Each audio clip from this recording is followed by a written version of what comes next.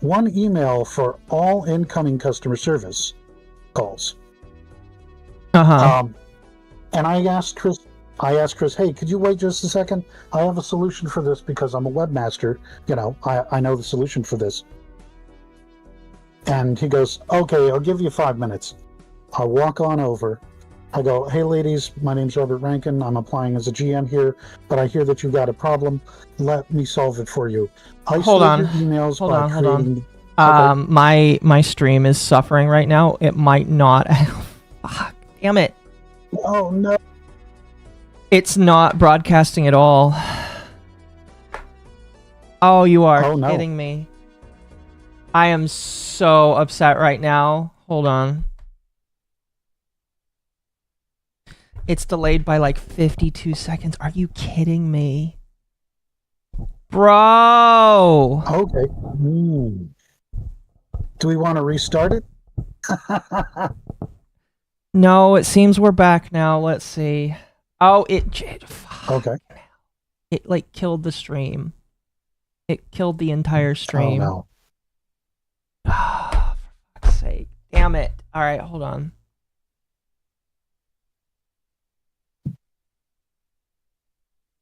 Alright, it looks like we're live again. We're gonna continue. If it continues to happen, I unfortunately might not be able to continue streaming, but I don't know why it's happening because yeah, I'm noticing that my Discord is dying actively right now. Oh, I am so mad. Don't worry, this will be edited out. Oh, are you running any other processes in the background? No, I mean like there should be no reason why the computer is having issues right now. And like I said, I'm running 2 computers, so I think it's the router. Gotcha. Oh my, I'm so mad. I mean, we're back now.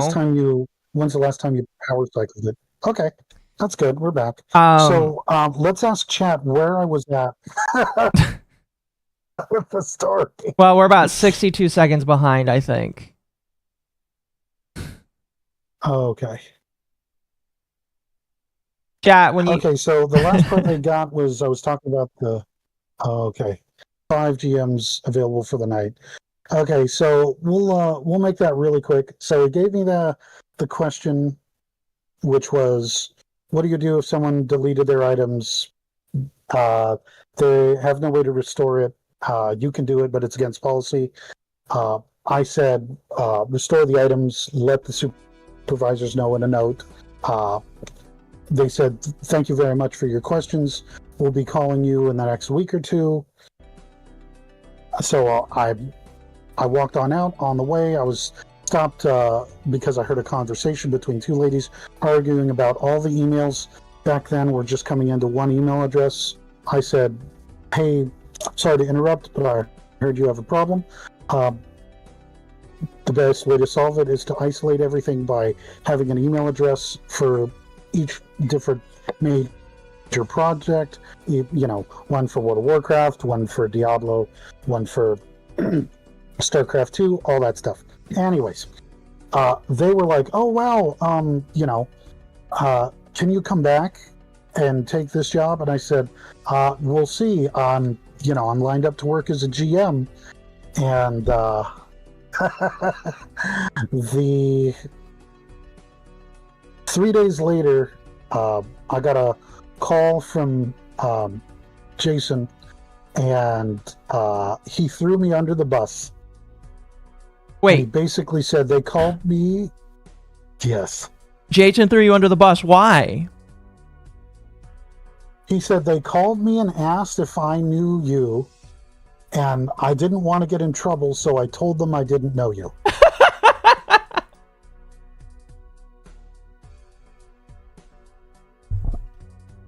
So that's my little. That was the first time I went into Blizzard on, you know, an interview with his name in my mouth. Next time I went in with a treatment for the script for Diablo 3, which I had signed at the time I had signed a NDA to no compete. Yeah. They took the 150-page treatment for the expansion. I wanted there to be 4 expansions. They took the treatment and turned the 100 pages into various, like, they took maybe 2 or 3 little side missions and incorporated it in their big expansion, the Death, I can't even remember what it's called, and the Harbinger of Death, or whatever Diablo 3's expansion was. The next time after that, I came in on independent contractor status, and I have been, I'm under an NDA, so I can't say what projects that I've worked on, but I can say that I've worked for Activision and Blizzard. They've called me in, I'd say, about 68 times as an independent consultant for game mechanics, design mechanics, pretty much come and look at these pictures. What do you think fits the property better? This or this, this or this. Give us a 1 to 5, give us a 1 to 10. And they paid me an average of $100 an hour for 2 to 3 hours at a time. Right. And I actually shared the link with your chat on Discord. So if anybody in Orange County or the Los Angeles area wants to go and be able to get their feet wet and do something like that, they can go and sign up and go and do it. I think nowadays they're not really paying people money as much as they're giving them $150, $200, $300 gift cards. But some of those you can turn into cash, and it's very interesting, because now what they do is they come in, have you do a bunch of design stuff, sign your name, and then you waive your right to be in the credits, because there are so many people contributing now. Right. That's a lot, really. So. Really? That's interesting. Yeah. Oh yeah. And Tencent has been doing it. I've worked for them. My goodness, if I just went into that, it would be very silly. Very. I don't like the braggadocious way that Jason has presented himself. But I don't think he's ever worked in a creative capacity at Blizzard, and if he ever did, after watching your stream, it's obviously been a detriment to the whole of all writing in the world. Yeah. if I could say so myself. But I'm going to be honest, I think his programming is probably better than his writing, which is saying something. I'm going to be honest with you. I can only, you see, I have a few writing programs. I've done a little bit of Python, a little bit of PHP, a little bit of C Basic. I haven't programmed anything in years. Right. Do web design. I do a little bit of, CSS. But I don't see where I can go and critique his skill and his coding ability as much as I can say, hey man, you can't claim that your game can run on a smart fridge when you're using a Raspberry Pi to shunt it from a laptop. That's just a lie, That's just it's a bad form, as Captain Hook would say in the movie Hook. I agree. It's kind of funny because the way that Jason kind of talks, he kind of makes it sound like he's done a whole lot of programming when he was at Blizzard, but like, in all actuality, you've probably done more in terms of like what you did with the company in terms of either programming or actually like assisting in game development than he probably did. Am I accurate in that, or am I misunderstanding? I would say he worked on quality of life function, and that's a valid thing. But the problem is we have his former roommate and wrangler that basically said that didn't happen. And I can't confirm or deny his contributions, but I can say that by him saying that he would go in and take apart the hack trainers and find the code that they could find a redundancy in the click, the auto clicker and all this stuff, when we already know that Blizzard has internal proprietary software to tear apart these programs. It's it's beyond the pale to compare himself to people who are actual engineers, who are actual certificate holding programmers, designers, that, you know, it would take him 8 years to include an escape function on his own video game, on his own RPG that's not an RPG. That's all I got to. That's all I can say. My contributions have been, you know, what do we say? Oh, let me put it this way: in high school, Joseph Schmidt came to our classes for the ROP program and said, "Hey, I need you guys to work on a few textures over the weekend in this office over here in Irvine." We didn't know we were being co-opted for free internship work, working on Diablo 2: Lord of Destruction, for cleaning up floor tiles for the various locations in Diablo 2: Lord of Destruction. Now, is that a greater contribution than figuring out to put a big rock in the way of bots that people are auto running with, or people are just auto running? I don't think so. I think that, you know, unpaid intern work is immoral slave labor. And I believe Jason was actually a victim of that for years that he has not claimed. Really? I believe, because he would say, "Oh yeah, my dad would let me and my brother play Warcraft 3, and we'd be game testing it when we're like, you know, 8, 9, 10 years old, you know, and my synapses are firing, and I'm going, you know, 8, 9, 10-year-olds, 11-year-olds, 12-year-olds can't write an incident report. They can say, "Oh, it crashed when I was playing the game. I don't know what could have crashed." 8, 9, 10-year-olds don't know how to go into the live documentation logs that Blizzard uses. They use real-time click logs, action logs, all that stuff to be able to document all of this rigmarole that's going on in their games, to be able to find the error. But if you have a kid that's saying, you know, "I started up the game and it crashed on entry," that's a pretty good what do we call that? That's a pretty good litmus test of going, okay, there's something wrong with starting the game up. We need to find out at what point there was a stack error, there was a flow error, there's a memory hole or something like that. And I think for years before he even claimed it, that's allegedly, him and his brother were going into the shop with Daddy and playing around, you know, Blizzard Entertainment with Daddy, and they were utilized as, I don't like saying it, but, you know, free child labor. And you don't say. He would talk about it.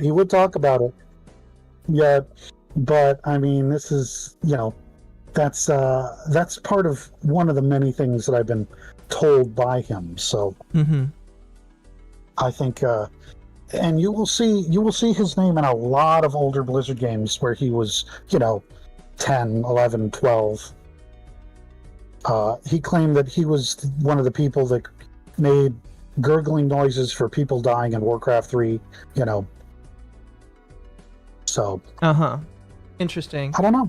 Well, with that out of the way, I think we can move on to the timeline here. What I'll do is I will show to chat. I have to reorient your Fugi, I think, on this screen here. Oh, no. I'll just drag it here and make it a little bit bigger for chat. I would show you the screen, but unfortunately, since my platform is struggling, I think we're just gonna have to. You'll have to look at the screen. So right now I have a screen up of you that you shared with me of you in high school, and I felt like we would use this as a good way to start the timeline. So I'll kind of let you start here if you'd like, or do you want to? Is there any earlier that you wanted to start? You can let me know. You know, any earlier would be a disservice to the truth. So we're gonna have to start with the first encounter.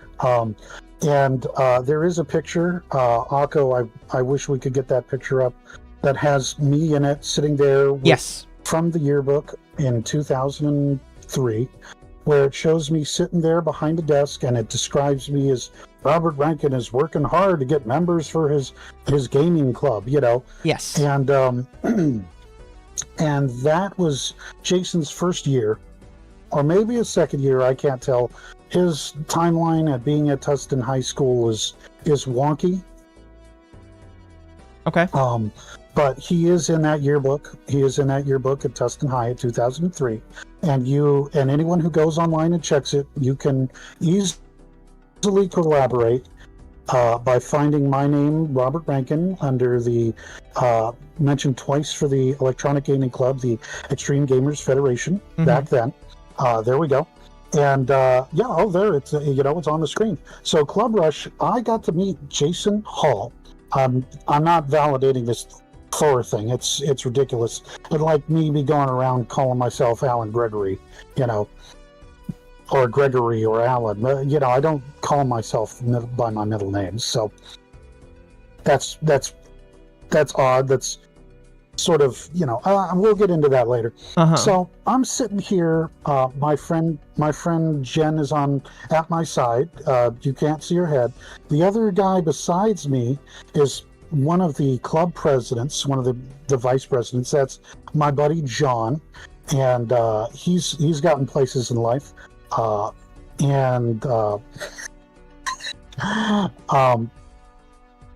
Good old Jason came up, and he had the Bart Simpson spiky hair, and he walked up puffing his chest out. Yeah. Was it short? Horrible, so it was short, horrible. spiky hair. It was short, spiky hair.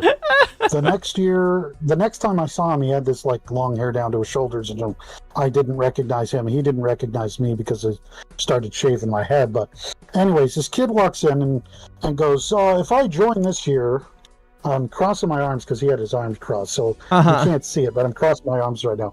And he's leaning back on his heels, so he's kind of got to lean back and forth, so you know what's going on. There's a little bit of tism. Touch the tism there. And he goes, if I join this year, can I be president next year? And my vice president does a man divorce. He goes, like obviously mocking the kid.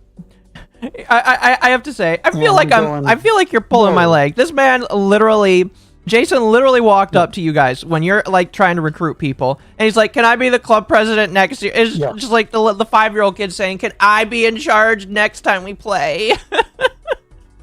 Yeah. Oh yeah. So this was witnessed by John, Jen, Genevieve, all these other folks that I know that were there. And I go, and I'm looking at him, and I'm going, this is my last year in my head. That what do I say to not be insulting? Because I'm trying to recruit people. I'm not trying to be an a-hole, So my thought is, hey, if you join and you're elected next year, that's how it'll work. And he goes, yeah, no. And he turned around abruptly and walked back in towards the middle of the school. And we were right in front of the library, and I was going, what? I'm looking at everybody going, what the hell just happened? I have to ask, what club was this? This is the gaming club, the Extreme Gamers Federation, aka the XGF. Okay. That's good. And the thing was, here's the problem. The thing was, we had the vice president of the anime club. Is that, you can only see her body. Is that girl standing right next to me? Okay. Right below you? She was the vice president. Yeah. But, actually on the other side of me, looking like she's above me. So she was she was the vice president at the time. So I was just like, okay, whatever, next, anybody want to talk about it? The next day we had a Dead or Alive tournament in the library. We all had fun. It was, it was great. And that was the end of me seeing Jason in high school as somebody in high school. Never saw the guy again. He was unremarkable, to say the least. He Uh-huh. apparently, so the next year, I'm out busy. I got married. I had a kid. It's, I'm too busy to worry about high school shit, any drama that's going on. Most of my friends graduated the same year I did. I still had friends that were there. I had friends like Brad. I had friends that were sons of the teachers. And the sons of the teachers, believe it or not, were also presidents of the anime club for the next year and the next year. So the problem was the whole thing. I can't remember if it was Turkey Tom or somebody like that said, "Oh, he claimed to be president of the anime club." The problem is Jason didn't have any clout or credence with those folks. No, nothing whatsoever with those folks. And when I went back and talked to those folks and asked them about it, asked the actual president of the anime club that calls himself, back in the day, he called himself Mr. Greek Anime. It's a goofy title, but Mr. Greek Anime. Mm-hmm. Because he was Greek and he was proud of it. Whatever, Be part of your heritage, yeah. I still love the guy like a brother. He's slept at my house. That I've slept on his couch a few times, dated his sister, whatever, But he wanted me to be his brother-in-law. That didn't pan out. Sister went crazy. Well, whatever, But getting back to the next event with good old Jason. Uh-huh. I'm living in my townhouse in Tustin with my folks. I'm paying half the mortgage. My then wife was there. My son was there, was taking care of them. My buddy, the Greek, rolls this guy into my house. He calls me up. He goes, "I'm bringing somebody that's got a background in gaming and has a lot to do with gaming and has a lot of contacts with gaming." And I'm going, "Oh, this sounds great. All right, I'm ready to meet this person. Yeah. Let's go to my little kitchen nook and I'll roll out all the dice and we'll see what this guy is all about." So this guy comes in, thrashed cargo pants, super baggy, black shirt. I can't remember if it had a band on it or what. Long hair, smelled like mold. Oh my God. Oh my Lord. Okay. The fungus is overpowering. You need to hold your breath, otherwise you'll faint. Yeah, it is bad. He's musky. Musky is the nice way of putting it. Uh-huh. He goes, "Hi, I'm Jason." And I go, "Hello, Jason. My name is Robert. Nice to meet you." I shake his hand. It is sweaty. Oh, no. His hand is sweaty. It's imprinting on me. My brain is just like, this guy is in my house. Oh my God, don't let him sit on the couch. I don't want that smell on the couch. Yeah. Don't let him sit on the love seat. Let's go on over to the table. We sit down at the table. I show him my rough draft of my book, which is at the time 8 pages. He looks at it. He goes, "Yeah, this is a good game. I really like this game. Well, when can we start playing it?" I said, "Well, we can make your character today." And so we went through it. We spent the time making his character. He was a wind mage. That was his whole thing. I'm going to be a mage, and I can use magic any way I like. And I see this spell evocation that allows me to do anything, and blah blah blah blah blah blah blah. And he's very metagame, very min-maxing metagame for a game that he's never played before. Mm-hmm. And I go, "So what are your credentials?" And he goes, "Oh, my dad works at Blizzard," and it echoed in my head. And it snapped, and I made the connection. This is the same dude that came to the table. So wait, when he came to the table, did he ever mention that his dad worked at Blizzard? When I said, "What are your credentials to be president?" he said, "Well, my dad works at Blizzard." Ah, okay. And my buddy John, on to my right, started talking to him a bit, and he didn't want to talk. And he was done. Just, took his ball out of the court. So he didn't recognize me from school. I'm pretty sure if he recognized me from school or he had done any of his homework, I looked in his yearbook because he bragged about having every yearbook from every high school year that he was in at the time. He would have remembered me, and I would have probably become his nemesis at the time or some goofy crap. You think Anyways, so? Really? That was the reintroduction. Yeah. So that was yeah. Evocation was on cooldown. Yes, evocation was on cooldown.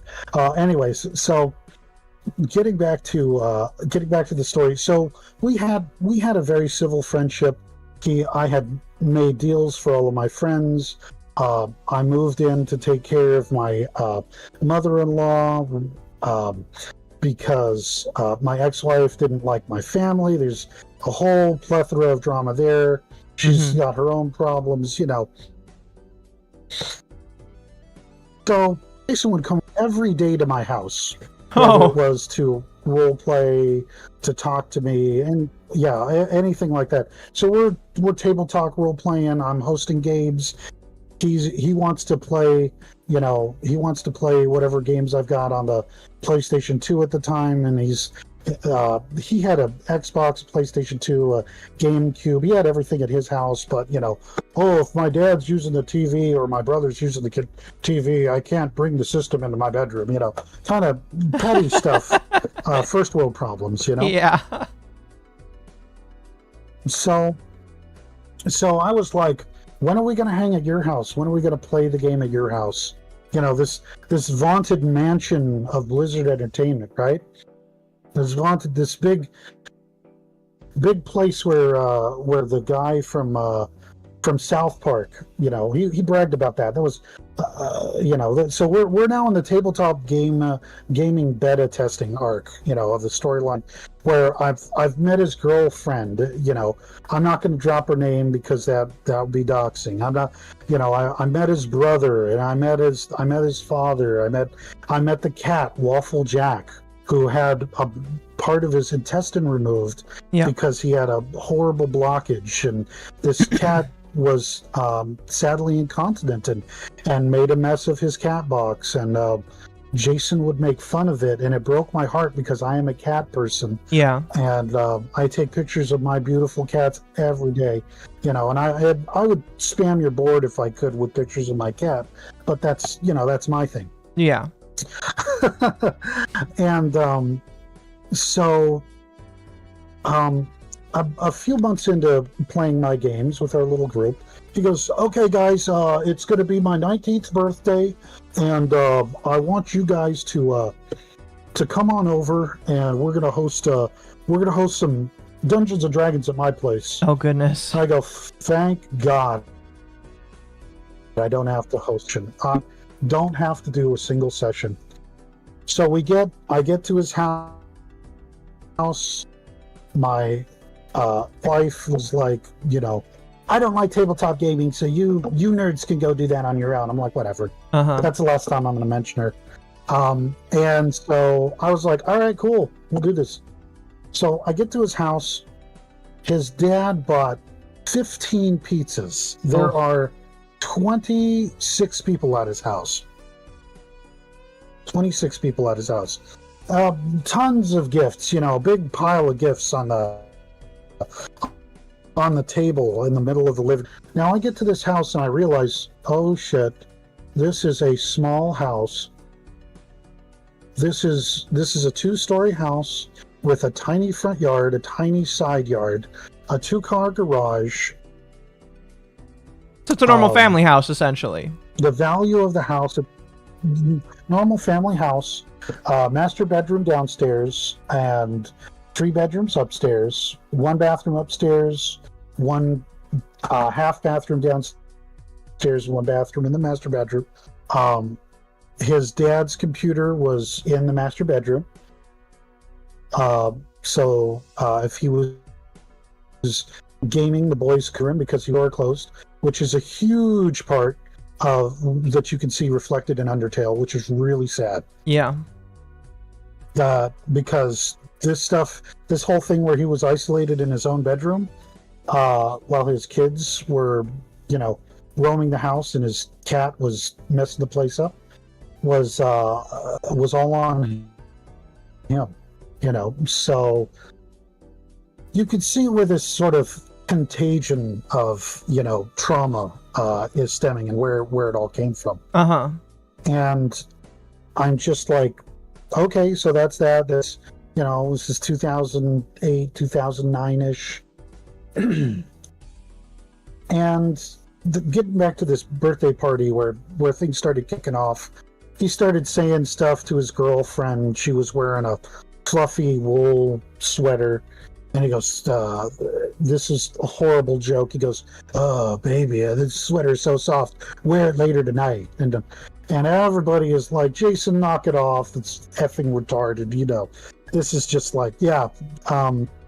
Philip just said, Jesus Christ, 15 pizzas. Yeah, and Jason ate 2 of them.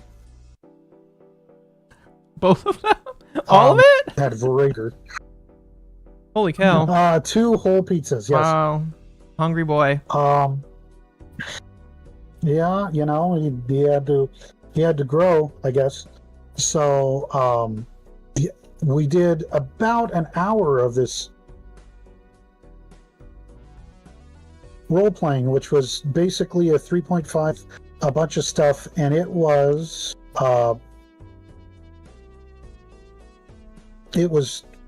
some kind of homebrew with a bunch of Star Fox characters thrown into it. Andros was in it. Wait. And Starwolf was in it. And Lord Andros. Yes. He brought the Wombax titties in. Or is that the wrong? That might be the wrong one. I don't know. It was. We were all warriors in this black armor for High Overlord Andros. And couldn't you have made an original, like, what are you going to do? So, original character, Donut Steel, This is Andros, it's a giant flying head. I'm just blown out of my mind. Like, for months we've been playing with these original characters in my campaign, and he has the audacity to have me come in here and play a session where everyone is pre-made characters fighting for an original character from a rare property, So, like, I'm like, this is goofy. I'm just going to keep on fudging the dice. I'm going to keep on messing up. I'm going to keep on doing stupid shit because it's not worth my time. It's goofy, So, but by the time people were playing, there a lot of folks had left. He wanted to have a little Smash Brothers tournament, and it was on the GameCube, and I was playing Peach, and he thought it would be cool to have the what is it, the Ultra Balls, the Ultimate Balls, bouncing through it, and I killed everybody with Peach, and I then decided to jump off the ledge and kill myself at the end. So I didn't care. So I made it my mission to be a jackass that night. I bet.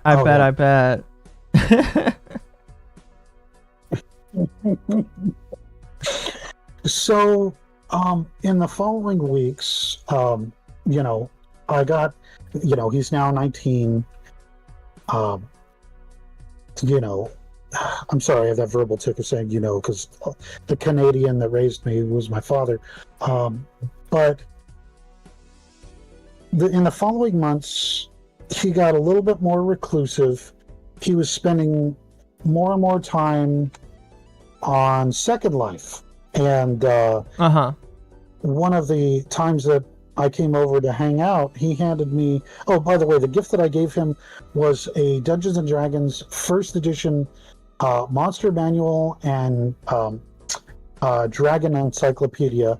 And the monster manual was actually signed by Gary Gygax. Damn, that's pretty valuable. The guy who made Dungeons & Dragons. Yeah. At the time he was still alive, and I had gotten it from a Strategicon. And it was like, I can't use it. My ex-wife can't use it for art references.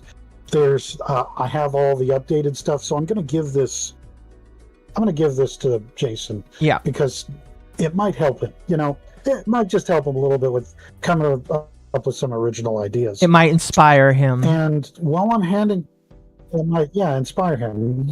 And he goes, Rob, I know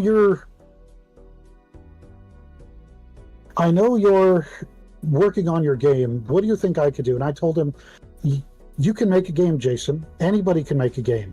You just have to get out there and get the tools to learn how to do it. You have to have the art. You have to have the drive. You have to create something new, but don't quit your day job. Yes. And if, and I'm just going to flash forward to a year or two ago. Uh-huh.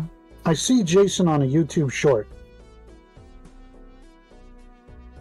Jason is saying the same thing I said. Yeah.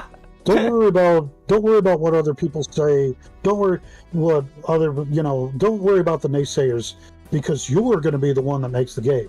Yeah. And I broke. And I was like, I haven't spoken to this guy in 16 years. And he took my shtick. He took what you said and he used it. He took my chutzpah. Mm-hmm. Oh yeah. And that was insane, because the people I said it in front of was his brother, Damien. I said it in front of his father. I said it in front of his girlfriend at the time. Mm-hmm. I said it in front of my best buddy, John. I said it in front of my old buddy, Mike. I said it in front of all these people. And the fact of the matter is, years later, he decided to tell people that stuff, but didn't include the don't quit your day job until you make 3 times from your passion than what you make from your day job. Right. Because we live in reality, That is hilarious. So, I told him this, and then he said, Rob, I'm sorry, but I think I can make more money somewhere else. And I was doing art directing on content at the time, and, and helping artists get their comics out there and sell their comics. And I was going, okay, well, where do you get more money? And he goes, the furries, Rob. There's no... Okay, you gotta be pulling... There's no way he just said, what? The furries, Rob. We're going to the furries. They have unlimited money. He goes, Rob, the furries have more disposable income than those fucking Warhammer 40K retards. Well, minus the retards, but he might be correct. And I go, I need to bring you somewhere. So I brought him to his first furry convention. Oh god. I brought him to Califer. Oh no. Yeah, I brought him to Califer. Are you the one that was there. awakened him to his furry No, he was awakened. Okay, so I take him to Califer. This is what he tells me. You know that one website? I'm not going to drop the name of the pay site. But he goes, Loop Garu stole my artwork. And I go, what? Yeah, you know that guy that's drawing art for that other guy? Loop Garu stole my artwork. And I go, okay, well, which artwork? And he goes, the artwork of that collie girl, Dawn. And I'm like, okay, so let me see the original artwork. Let me see your original artwork. Mm-hmm. And he goes, I don't have it. Oh, this is a lot. I don't have the artwork. I go, you can't get me to go to these big wigs as a publisher, as an author, as a person that is helping people get published, and go and say, I have a client that you're infringing on his intellectual property. Without proof. That's basically what he's saying, yeah. Proof. Oh, yeah. Oh my goodness, that's hilarious. Oh. My brain is just okay. So he disappears. He disappears the whole con. He's gone whole con.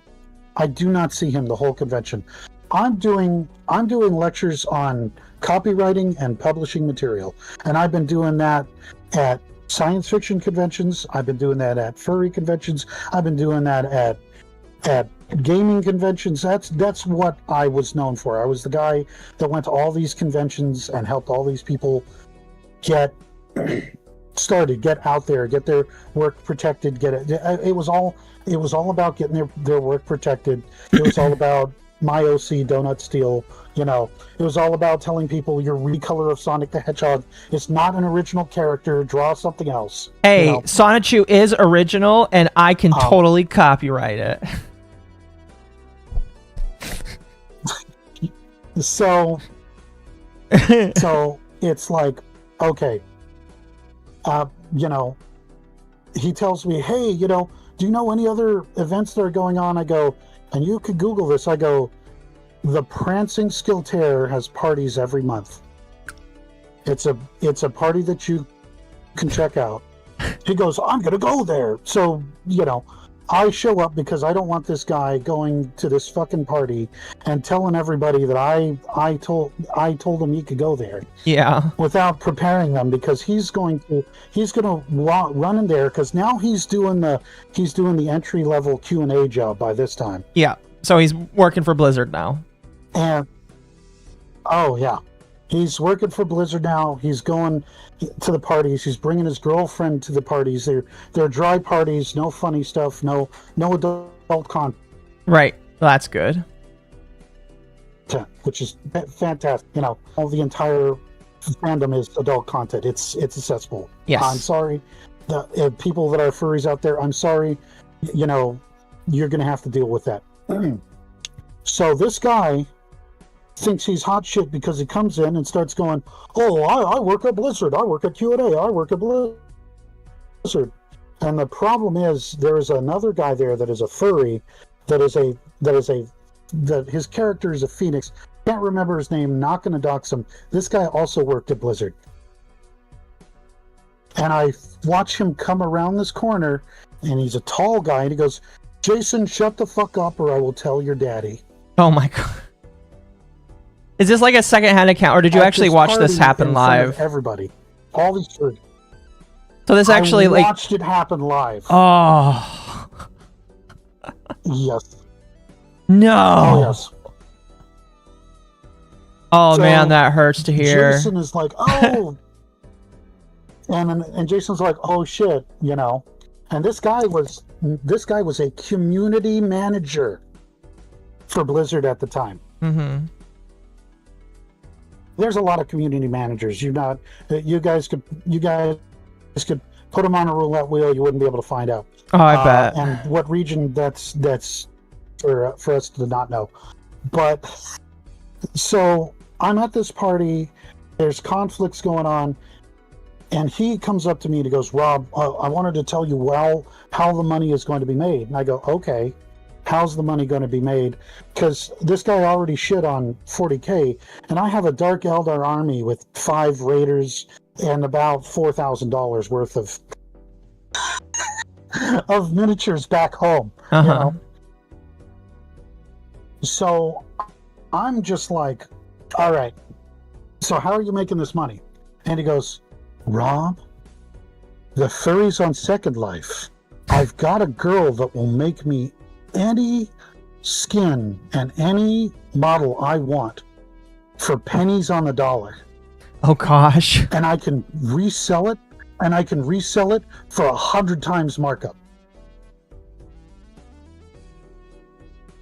So so what you're claiming here is that he said that he was planning on basically, because the girl and him, if I remember correctly, like they had a rough patch, but they're like not. They don't hate each other anymore. What you're saying is like he had always planned to like sell her, basically sell stuff for pennies for the dollar, is what you're saying. Oh yeah. So I don't know if that was what was that, Wingless Moto or whatever. It might have been because apparently he had been involved with a lot of weird stuff a lot of weird stuff on Second Life. I wasn't on Second Life. I was a dad at that time. I was becoming a single dad. Of course. So I had full custody of a kid. I had no time to dick around with a bunch of people pretending to be werewolves in bikinis on Second Life. You know. That sounds about right. One of my buddies, Mizu, he could probably tell you a thing or two about that. Yeah. I remember people at the party would say, "Hey, you're the guy that crashed the Luskwood Den with your spheres, your balls, or something like that." And he goes, "Yeah, my balls crashed your den." So this guy is automatically destroying, comes into a party and starts ranting about how he's crashing Sims or whatever they are, servers on Second Life, and my brain is just going, "Oh my God, I can't be associated with this." Yeah. You know, and yeah. So I'm just like, okay, it's just, whoa, that's too much. And then after a few months, I stopped going to the parties. I was too busy taking care of my kid. After a few months, I call him up and I go, "Hey man, I haven't seen you since the party. What happened?" And he goes, "Oh, I moved out of town." And my brain goes, "Well, what?"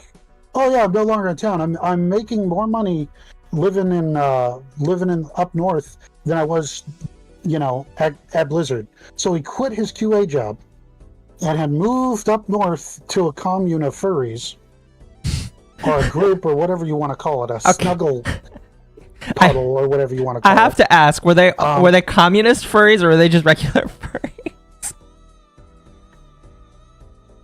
If you don't know, okay, it's fine. I really don't know. And and so I'm like, well, man, we have a session of Gundam RPG that you were playing with us. We have Eon Legacy that we're playing. At the time it was called Dragon Moon. We have all these other things that we're working on. I even have, and if you were to look in the Eon Legacy sourcebook, the first one in that whole bundle that I gave you, you will see a faction called Royal Hall. That was based on Justin. Justin was based on Jason.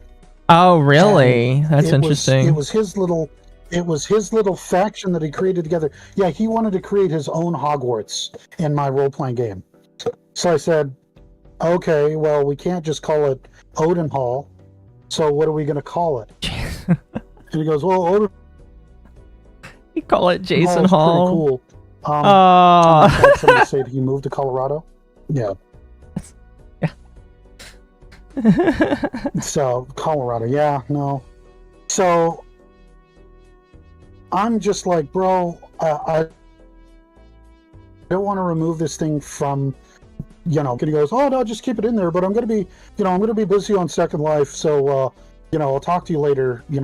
Let me know if anything cool happens. And I'm just like, well, I guess that's that in that situation. Yeah. And that was the end of that arc for about a year or two.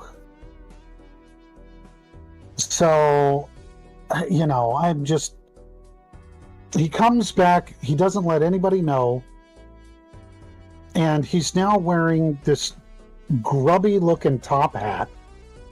Yes, because of the, I remember now. His Facebook profile.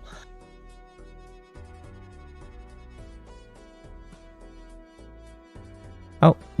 Yeah. So he changed his Facebook profile, a normal, of him smiling, to this look at him smiling in a top hat with a overcoat and a red tie. And I'm just going, oh, that looks strangely like my original character that I had as the GM player character for all of the campaigns that I ran for your fucking role-playing. No, you're telling me they... As you can in the stream, I have my top hat GM character. Yeah. It took your... So he's got all this art of this ferret with the top hat. So he's taken my shtick of trying to inspire people. He's taken my character with the top hat. He's running around with a Willy Wonka icon on his. It was MySpace at the time, MySpace and Facebook.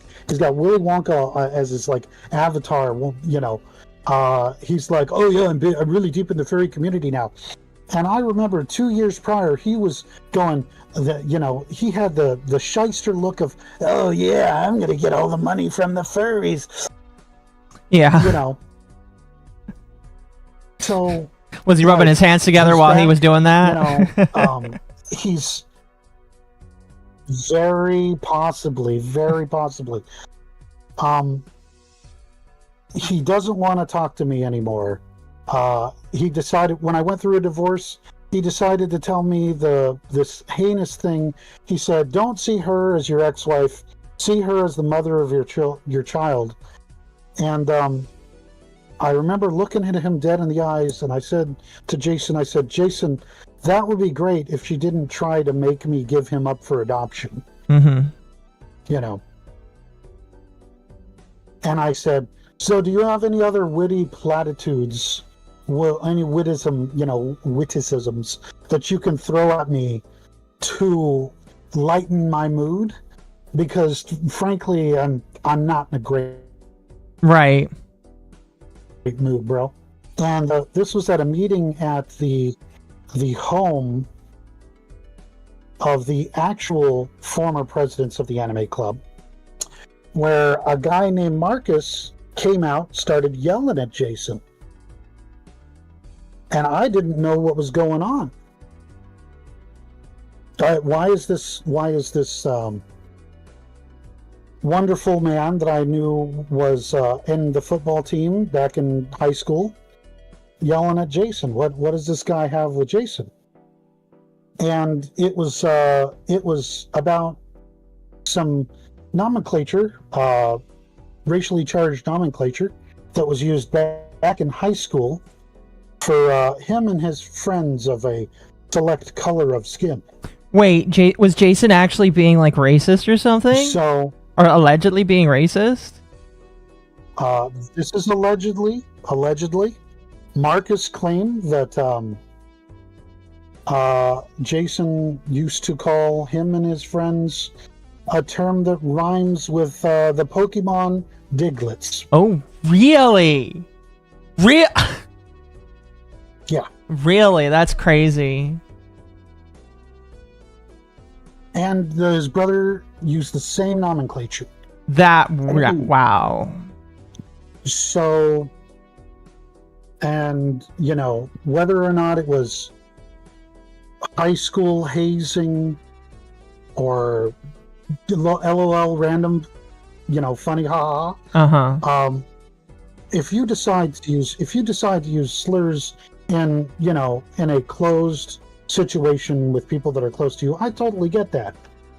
But when you use that term on people in a public place that are not allowed to fight back,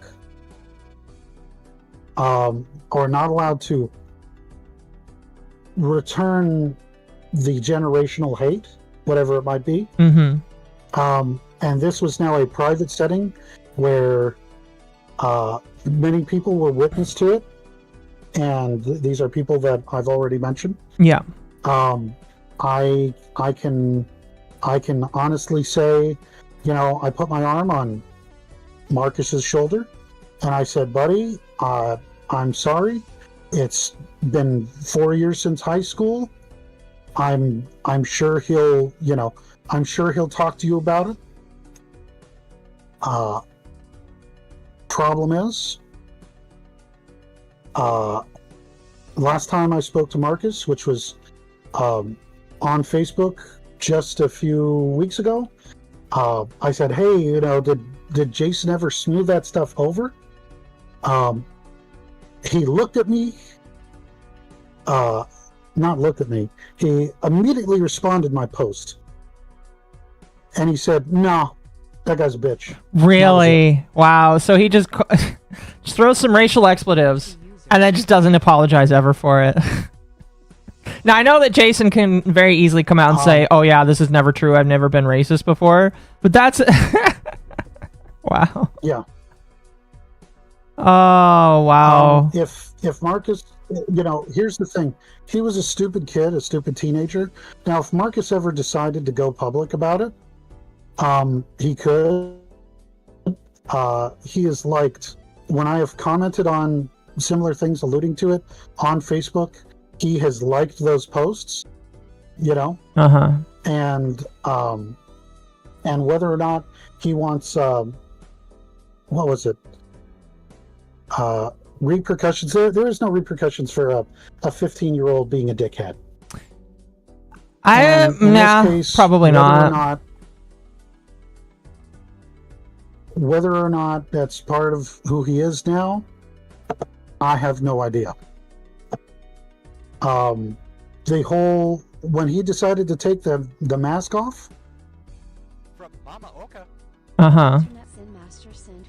It's, the eat my whole whatever. It really showed what he was, what he is now.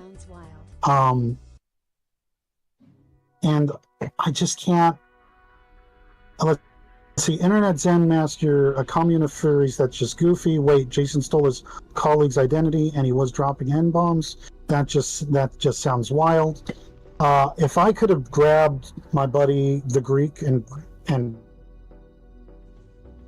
brought him on here, I have a lot more tea to spill. But recently, I haven't heard anything like that from him. Mm-hmm. I still have his phone number. He still has mine. I would say this. The last time I talked to him. Oh, I would say this just really quickly. If he said it when he was 15, I'm of the mind that I really don't give a shit what people say when they were 15. I would say that the idea that Jason tries to carry himself as a morally right figure, and I know that he does the whole pushing back against people that are anti-woke, and I really don't want to get into politics, but I just know that Jason is the kind of guy that would cancel somebody for that action himself, which is why it's funny. Is you're saying that that's how he acted when he was 15, yet that's not how he wants to portray himself, is basically why it's funny to me. No. I mean, behind closed doors, I've made jokes. I've said the wrong thing too. No, I mean, I don't care. It's just yeah, exactly. But that was when I was younger and stupid. Mm-hmm. Now looking at today, let's see. I can't justify me going into a public place and saying that to somebody. Yeah, I would say that's probably a bad idea. It's insane. Yeah. So let's see. Looking back on chat, Joe Marcus is nuke. So I went on Kiwi Farms once as Laughing Sensei, and I can actually confirm. I asked Marcus about those posts, and he said it wasn't him, and he's too busy taking care of his kids and his wife to worry about that. I do know who it may be, and there was 5 other guys, so I cannot confirm that. I can confirm that I remember Marcus yelling at Jason, and I remember calming him down, but I remember Marcus saying the other guys called him out on it too, and no one has ever had it addressed. So right. Other than that, Kiwi Farms, there's way too much weird stuff on Kiwi Farms, and I think it's possible that that's a sock puppet account preempting that stuff, because frankly I don't know who's who and I don't know what's what, and even providing my own credentials of who I am, Null kicked me, so whatever. Really? He banned you from the website? Yeah. What? Yeah. What did you say? Okay, I have to ask. What did you say? Yeah, no, I made a statement to. I was speaking at a standard, not a standard. What do we call that? Talking about my experiences, saying I know this, I know that, I can't confirm that, I can't confirm this. Very, very standard to the point.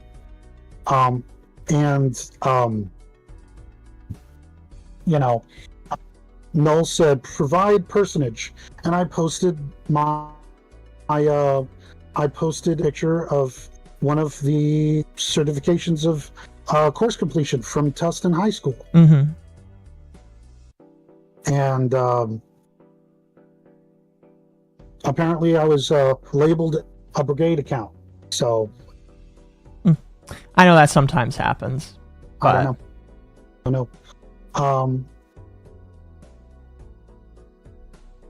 But looking back over everything, there's a lot of events that I can disclose. The last time I heard anything about Jason between my friends was, let's see, my friend Michelle was invited to his house, and he said he had something to show her that was really cool, and he led her to a bedroom and he said, let's try out my ortho mattress. And she was engaged at the time, and she was like, nah, bye, dude. And she left. Really? That's... yeah. Oh, that's interesting. Apparently he hit on my ex-wife. After you were no longer married, or? After I was no longer married. Really? It's not my circus, not my problems, not my monkeys. Uh-huh. I wish her all the best in her endeavors. She's an artist. Whatever comes, sheep out of the universe comes back to her, Of course. It's a very Chris Chan thing to say. You are correct, but it is also true. Let's see. Oh, half a year ago, my son did not know anything about Jason. And now we're going to get into the stories, because the stories are more batshit than you can imagine. I believe it. Far imagine. So my son is seeing these shorts, and he's captivated by them. Oh, this guy is from Orange County. Oh, this guy went to Tustin High. That's my dad's school. Oh, that's so cool, let's see, let's reach out to him. Oh, I want to be a data analyst. And my son got a course to be a data analyst, and he realized, oh God, I have to learn coding. Oh God, I have to learn UI design. Yeah. Oh God, I have to learn metadata, connecting metadata with code. I don't know if I could do this, but if my other friend could do it, then I can, So I'm just like, bro, who are you listening to? And I hear this voice, and I'm hearing Jason's voice, but deeper, coming out of my son's room, but it's Jason's voice.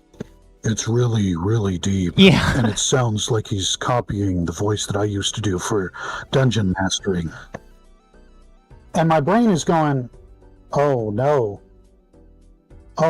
he's got my son hooked, and my son is on his Discord and talking to him, and he goes, oh, hey, Jason, my name's Robbie Rankin, and my dad used to be in the ball. And Jason was like, oh yes, your father was once an associate of mine.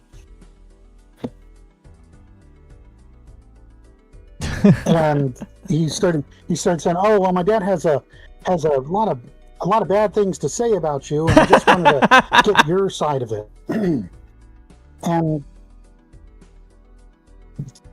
And Jason's like, oh, your dad likes to tell a lot of stories. That's why he calls himself a lore master, a storyteller, or something to that extent. Uh-huh. I bring this up. I bring this up to my other game design friends. I go, what do you guys think about this? Guys from Interplay, guys from, Daybreak guys from old Sony Online, old retired guys. They go, don't touch it with a 10-foot pole. Don't get involved. He's going to self-destruct. Just wait. Just wait. He's going to self-destruct because he used to throw tantrums back when he worked at Blizzard. Mm-hmm. So I'm going, tantrums at Blizzard. This is the thing. Okay, I've never seen a tantrum. And so I sat back and I watched various people start catching him slip up, and various people,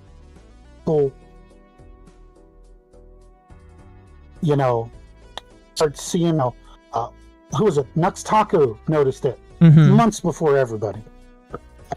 And it's so funny because I would go on Nux Taku's videos and say, hey man, you should, you should talk to me. I'll talk to, I know, used to know him. Turkey Tom, I would reach out and go, hey, I'm used to know this guy. All these people, I used to know credentials. Here's who I am. I even posted my fucking docs on who I was from Tustin High on my Facebook page, so people could go look at my posts and updates and go, is this guy fake or is this guy, is this guy real? And I was just like, oh my lord, I cannot believe it. This guy has depersoned me, stolen the guru shtick. And you will see in my videos, there is an entire audiobook about cause and effect and karma and causality that basically is word for word a ton of shit that Jason has spouted over the past 3 years. So it's like, wild. And my son coming back to me and saying, Dad, he just says you're telling tall tales. And I was like, let me get your godfather John on the phone. It is time to pray, because my God, your teeth are going to be fucking buzzing. I call John picks up. Yo, Rob, what's up? I go, tell us about Jason Hall. What followed was a diatribe of stories that are far worse than anything that I have ever said. And my son just sat there with his mouth open. He didn't know what the hell just hit him. And this is going to get into like the stories that I've witnessed and the shit Jason has said, because it is all alleged. Everything here is alleged. Of course. But my God, we're going to get into it. To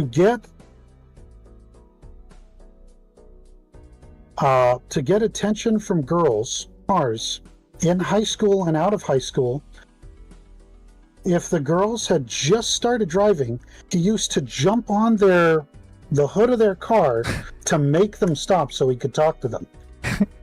This was really was witnessed by my buddy. Yeah, this is witnessed by my buddy. This was witnessed by my buddy's sister, who he did it to. This was witnessed to the girl that he tried to try the ortho mattress on.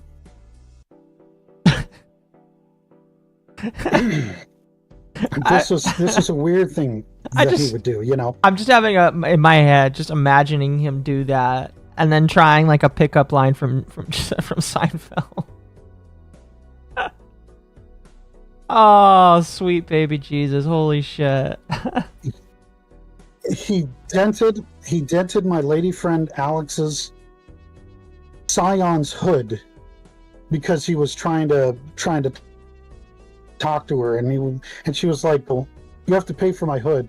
And he popped the hood up and he slapped it from beneath and it popped it back up, but there was still a dent, indentation on it.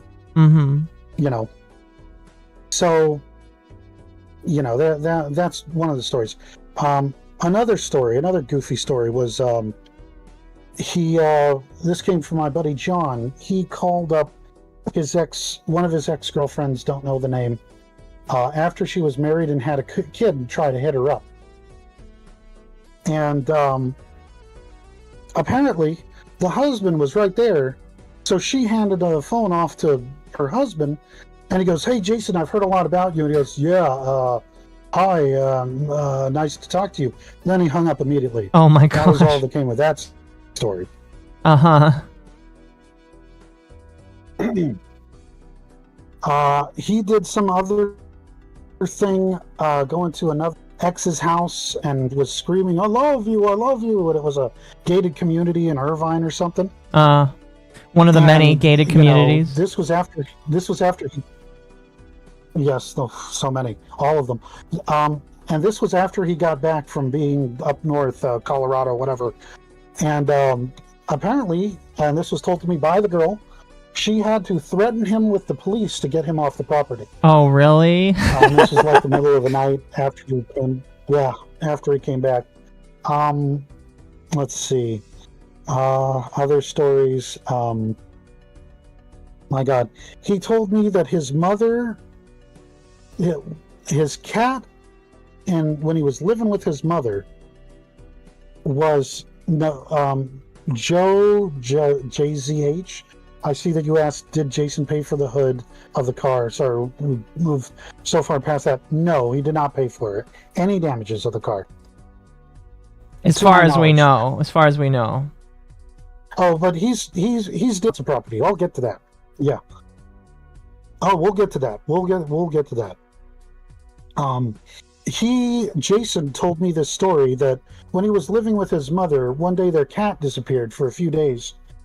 They were eating hamburger helper, and his mother, Jason asked, "Hey, where's the cat?" And the mom said, "Oh, you're eating him. I ground him up in your food. You're eating him right now." Now, that would traumatize any kid. That would make any kid go nuts. Uh-huh. I don't know how old he was at the time. He didn't tell me how old he was. His brother said, "No, that's bullshit." Because I asked his brother for confirming all these stories. Another story from Jason was his mother made him paint a covered wagon with flammable lacquer that burned his eyes, and his grandfather made him do it. And I go and I asked his brother, and he said, "Well, yeah, we had a wood wagon that wasn't a covered wagon. It was a tiny, like, Red Ryder wagon that mom had him lacquer. But, you know, Jason was carrying a bunch of stuff around into the car and into the house and into the car. And the mom said, use the wagon, but you need to clean it up." So, you know, that story was part true, you know. Flammable lacquer is flammable, you know. Yes. Other stuff was insane stories. Me and his girlfriend, I just can't remember her fucking name, and John came over, and he had a book of green magic, some kind of practical magic. Uh-huh. And he was practicing seances and chants and stuff in the room. And I've done some paranormal, supernatural, it's Orange County. You fucking do that when you're like a teenager and in your 20s, oh, we'll fuck about this stuff. And he was asking me some weird questions like, do I want to cut my hand off for special magic? I'm sorry, he said specials, that. Really? So that we can plant pumpkin seeds in the stump. Yeah. Oh, yeah. So I was like, "No, bro, you can't have my hand." And he goes, "Oh, well, this other spell requires a severed head." And I was like, "Bro, this is fucking stupid. I'm leaving," right? So I got out of there. We drove home. We played a session of my role-playing game after that. Another goofy story. One of the last times I ever hung out with him was in. Oh, I'm seeing that the stream is dead again. Hold on. Oh no.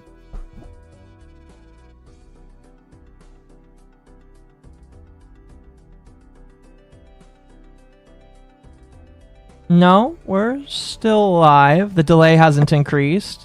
Okay.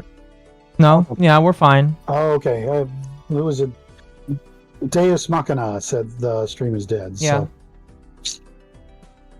And so, I gotcha. So, this story is going to be wild, and it's going to sound like insane shit from someone who is absolutely addled. Jason said, "Hey, I want to go to the barn in Black Star. The barn. We're going to take our buddy Ben, who's one of our teachers. He's a good Christian boy, you know, and I'm at the time practicing chanting Buddhist. So I'm like, all right, let's go do this ghost hunting. Oh, you know. So we get there. I drive my little Suzuki Samurai. He drives his Prius out there. Oh, he owned a Prius? we get yeah, he drove 2 Priuses. His first Prius got crushed in my driveway behind my house on the way to my house because he wasn't paying attention when he crossed lanes. Uh-huh. So he was at fault in a car crash? So we're I don't know. I can't remember. I just remember walking out there looking at his car is all fucked up, and he said, "Hey man, I need to use the phone to get my dad to come pick me up." And I was like, "All right, let's get you picked up and taken care of and stuff." And you know, it was a sad time. And he was pretty rattled. I don't think he got any physical therapy for it, and it's very possible that the head trauma from that accident may have been the thing that started him down his path, because I only knew him for about a year at that time. Mm-hmm. The psychopath. So going back to this story, we're going to Black Star Canyon, a notorious haunted spot locally. A bunch of people were found dead there. Corpses have been found there. The cult of Satan has been found there. All this, you know, spiritual mumbo jumbo gobbledygook type stuff. And so we get to this burnt down barn and a burnt down barn house, and we've got multiple voice recorders. We've got an HD camera, but this is like an HD camera from 2008, so it sucks, you know. The battery was fully charged, and we start filming the approach to the house. It was daytime, you know. By the time you know, we got there, it was you know, not noon, it was later afternoon. So we're going around, we're doing the stupid shit where we're, you know, filming. And Jason goes, I don't like the vibe I get. I don't like the vibe I get. And we're outdoors, so it's cold, and it's a canyon where there are wind tunnels, so it is going to be cold, and there are going to be cold spots. Nothing paranormal, nothing that reads on, you know, an EMF scan or anything like that, you know? Yeah. And we've got all these sound recorders going, and we're walking, and we hear something come from inside the burnt down house, and Jason runs into the house like a psychopath, you know. So I'm running after him, and Ben, this guy that's 6'5", comes in running after us, and we go into the house, and we're like, "Is anybody here?" And I've holding in my camera out, and I've got my sound recorder in one hand and the camera in the other, and Jason's got his sound recorder, and he's starting to ask the probing questions that you see on Ghost Hunters. Did you die here, or do you have any unfinished business? You know, that whole rigmarole. Yep. And I'm just, you know, I'm like, okay, I'll follow along. And we start hearing walking outside. We go, hello, is anybody there? And I point the camera, and I look around the corner, and there's nothing there. And I'm just like, okay, there's nobody there. And Jason goes, okay, let's go to the barn. Let's go to the barn. And I'm just like, okay, we'll go to the barn. We'll do that there. We go to the barn, to what's the green room in the barn. It's now all been flattened. The Irvine company has flattened it out, built a home on it, all this stuff. So we go into this room that has all this green paint on the wall, and people have written all this goofy stuff all over the wall, and we hear the door of the weird basement of this house open up from the green room, and this room is adjacent. We can see the house, and we can see the basement. So I'm looking, the door's open, we saw it open, it's recorded, the sound is recorded, but there's nobody there. So spooky shit's going on, right? Yeah. And Jason starts stammering, and I'm just like, okay, Jason, calm down. If we're trespassing, we could just say we're doing some ghost hunting, and we'll get off with a warning. We'll be fine, you know. And Jason's like, oh, my dad's gonna kill me. I gotta go to work tomorrow. And I'm just like, Jason, chill out, dude. And Ben is over here, just looking over the burnt down wall, and he goes, guys, I don't see anything there. And then we hear footsteps in the gravel around the corner of the building, and Jason goes, oh god, oh god, oh god, oh god, and he starts going through the burnt building, and my brain is going, this is the stupidest thing in the world, because if he hits any of those weight-bearing pillars that are charred to hell, it will fall down and kill us all, you know? Because the building is unsound, the structure is unsound. Of course. So Jason starts running through the building. We kind of go out the room and run around, and we have to crawl through, and I shit you not, a maze, like not a maize field, but a wheat field that has been unattended, and it is just this horrible dry wheat. And we have to crawl half a mile back to the street to get to our cars, because Jason doesn't want to stand up and walk like a human being back to our cars. And he says, no, get down, we'll get caught. So I'm covered in nettles. My buddy Ben is covered in nettles. Jason's got nettles. His shoes are falling apart. His shoes were falling apart. He goes, oh, I never want to do that again. I'm like, well, I have all the recording, and my camera, the battery died about 3/4 of the way through us running around the side of the building through the field. The sound recorder's got all kinds of weird shit on it, and Jason wanted all the tapes, so I gave him the tapes. And that was really the last time I ever hung out with the dude, was wild, crazy ghost hunting bullshit. He took the ghost hunting clips? Did he do anything with them? Please tell me he did something with them. No! He took your ghost hunting clips. He said he was on not Skype, he was on Facebook Messenger. And when I contacted him about it, he says, oh, I got lots of EVPs, but I had to borrow a tape deck to digital converter from the shop that he got from Blizzard. Yeah. And I didn't hear anything after that. I tried touching base with him a few times, but nothing. I'm upset. You had proof of ghosts, and he cucked us out of it. I have pictures on my Facebook of me and him going to the Hollywood Forever mortuary, and we have pictures of him going up to the big fucking badass crypts and walking through the crypts. I'm the one that took those pictures. Yeah. And we had sound recordings from each one of those crypts, and he had them all recorded, and we had wild EVP phenomena from those crypts in Hollywood Forever. And it's like, this is lost media, Yeah. There's so much more depth to him, sadly, than what he presents. It's just like, it's sad. It sounds like there's way more about his character, way more normal shit. Oh, yeah. And it sounds like he really clouds himself in trying to be something else that, like, when he... I'll be honest with you, I'd be interested to see the normal Jason, but the rest of this just sounds like... I don't know. Oh, my God. he used to go airsofting, and I would drive him. I would loan him my airsoft guns. The last time we went airsofting, he borrowed my gun and broke it.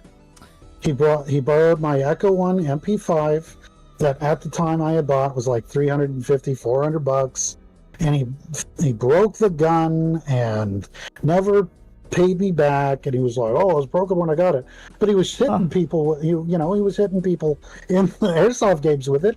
Wait, he was hitting So, people with I it? What the fuck? Shooting people, not like hitting people. Oh, but he was okay. shooting people with it. But it was, it's just the lack of responsibility, the lack of conviction to character. Let's see. After knowing him for about 2 years, he gave me a flash drive full of retro games from the Super Nintendo, the Sega Genesis, a bunch of Dreamcast, and like ROMs and an emulator. He gave me a flash drive full of MAME games, arcade games, and he was like, "Oh, we got to play these. We got to play these together. There's a bunch of Shadows of Mysterio. We got to play that. It's a Dungeons and Dragons arcade game, and I've got the fight sticks that we could use to play the game." Like there was a person with life force and energy that allowed themselves to be clouded in this weird persona that is who they are today. And whether or not he watches this, he'll probably have a goon or two go through it. And I just wanted to remind Jason or whoever's watching it, Brotherhood isn't your personal army, and you kind of broke that. You broke that covenant a few times, and we never forgive, we never forget. Many times he would drop 4chan on me. He's like, "Oh, have you seen this thread on 4chan? Have you seen this thread on video games? Have you, oh, look at this new revision of the Secret of Mana soundtrack. It's really, really cool." And I'm listening to it. I'm like, "Oh wow, there's a digital, copy of this beautiful rendition of the Secret of Mana soundtrack that he was able to find, and I still have the link on my desktop. I could go get it and show it to you, but it was stuff that he sent me as a friend, and he gave me a flash drive full of Wizards of the Coast PDFs, all of the PDFs for third edition, for Alterality, for Spelljammer, for just everything, all these tabletop games.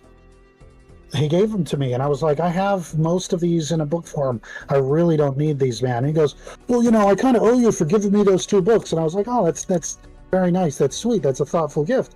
But one year he gave me an Ohama the Cat Dancer comic book, which is a lewd comic book. That is a furry lewd comic book. About a woman going to the big city and being exploited as a stripper. And I'm like, this is one of the worst fucking birthday gifts you could give somebody in front of their 4-year-old, And it's just like, there's a time and place, right? No, yes, I agree. He's not, and maybe he's become more aware of it. But the problem is, it's like these faux pas, these accidents, these slights of character. They've obviously been happening since high school. The slip of the tongue of saying I led the anime club, and you can't find anywhere around 2003 or 2004. You don't see him in the 2003 or 2004 yearbooks being in the anime club, and they disclose who's in those clubs on those yearbooks. I'd like to see a 2006 or 2007 yearbook where it says Jason Hall leads the anime, it's called, and I went in and out of Club Otaku because I was the one that had the repositories for the old MAME SNK ROMs that they were playing games on, and Jason even admitted, "Oh yeah, I don't play any games, but I'm pretty good with like Neo Geo, King of the Fighter." That was my ROM that I supplied to that fucking class. so like, man, that's like. It sounds like he really liked to live through other people. Based off of what you're saying. Yeah. Interesting. Yeah, I don't think, from a pathology after 4 hours of sitting there. I'm not a psychiatrist. I'm not a psychologist. I have a few classes from college when I got my sports injury rehab certification, so that I could fix people up who mess their muscles up, and putting joints back and bone setting and stuff like that for doctors. I've worked for orthopedic specialists. I've worked for chiropractors. All this stuff is like, I've been through a gamut, and I've posted all my stuff publicly. I'm very transparent on Facebook. Some people say I post way too much on Facebook, but it's better to be, transparent about all the shit that you've done than it is to be like, showing people written notes. The latest thing that Jason is showing everybody, he's like, "Oh, I got these little notes that have been written to me by coworkers." It's like, that's not credentials. That's people patting you on the ass for saying, "Good job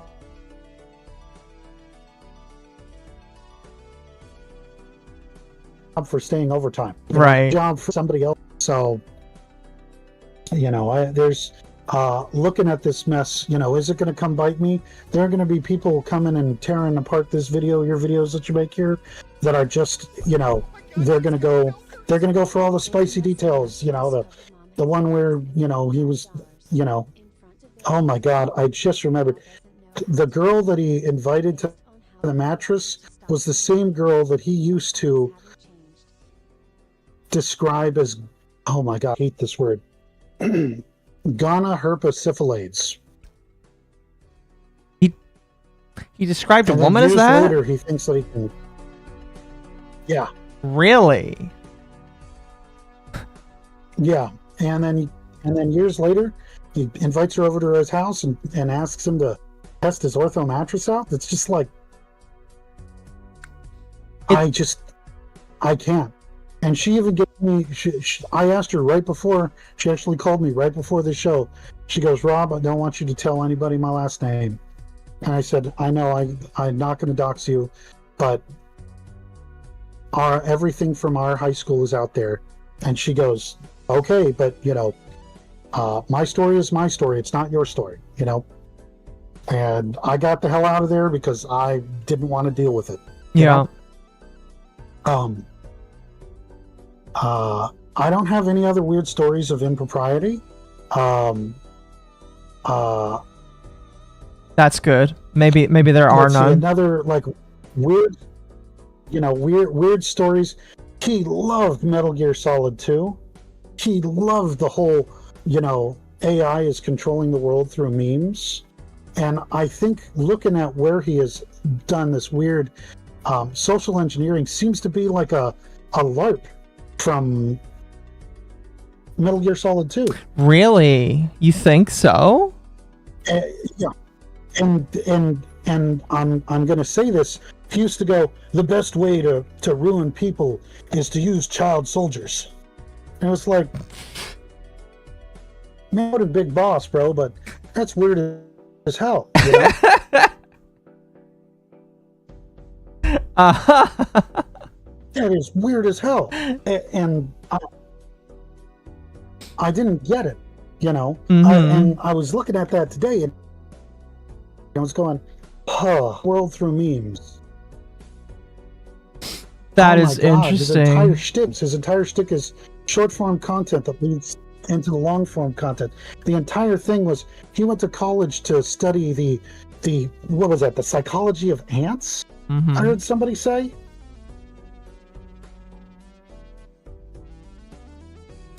That is weird. Hold on a moment.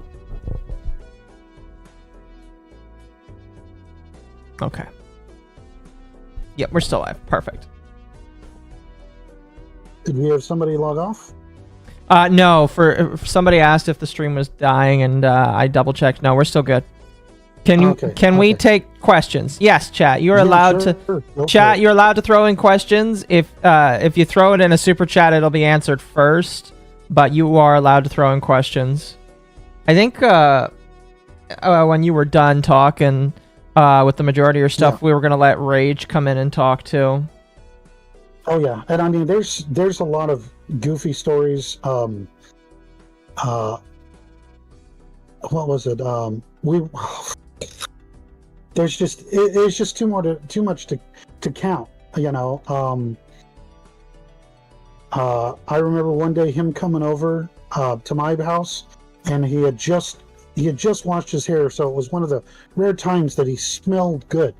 And he was very much like, "Oh yes, I smell like Irish Spring," and you know, and he would toss his hair back and forth, and it wasn't dry, you know, and then he would have his hair draped over his. Yes, and it was water droplets. He had just come from the shower to my house, and water droplets are splattering all over the couch behind him, and I'm going, "Oh God, oh no!" And he goes, "No, you can't complain that I smell bad, Rob."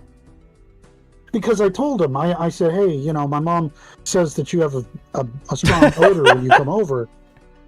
And my mom complained, bro. You're too smelly. Yeah, bro. You know, and I'm just like, bro, it's just gross. And he flips his hair over his face, right? So his long hair, because it's down to his mid back by then, his long hair is now draped over his face, and he looks like the girl from The Ring, you know? Uh-huh. And then he tilts his head back, so just a little bit of the hair falls down past his face, and he goes, "I am the Lizard Queen." What is that? Lisa Simpson from the old Simpsons. Yeah. "I am the Lizard Queen" when she gets a shot of the drugs. Yeah. I can't remember what episode. So I'm going, like, I'm staring at it, and I'm going, bro, that kind of thing needs timing, and that was not timed well. You know. Yeah. Oh, that's weird. And my buddy John just goes, John just goes, "It's fucking stupid," you know? Yeah.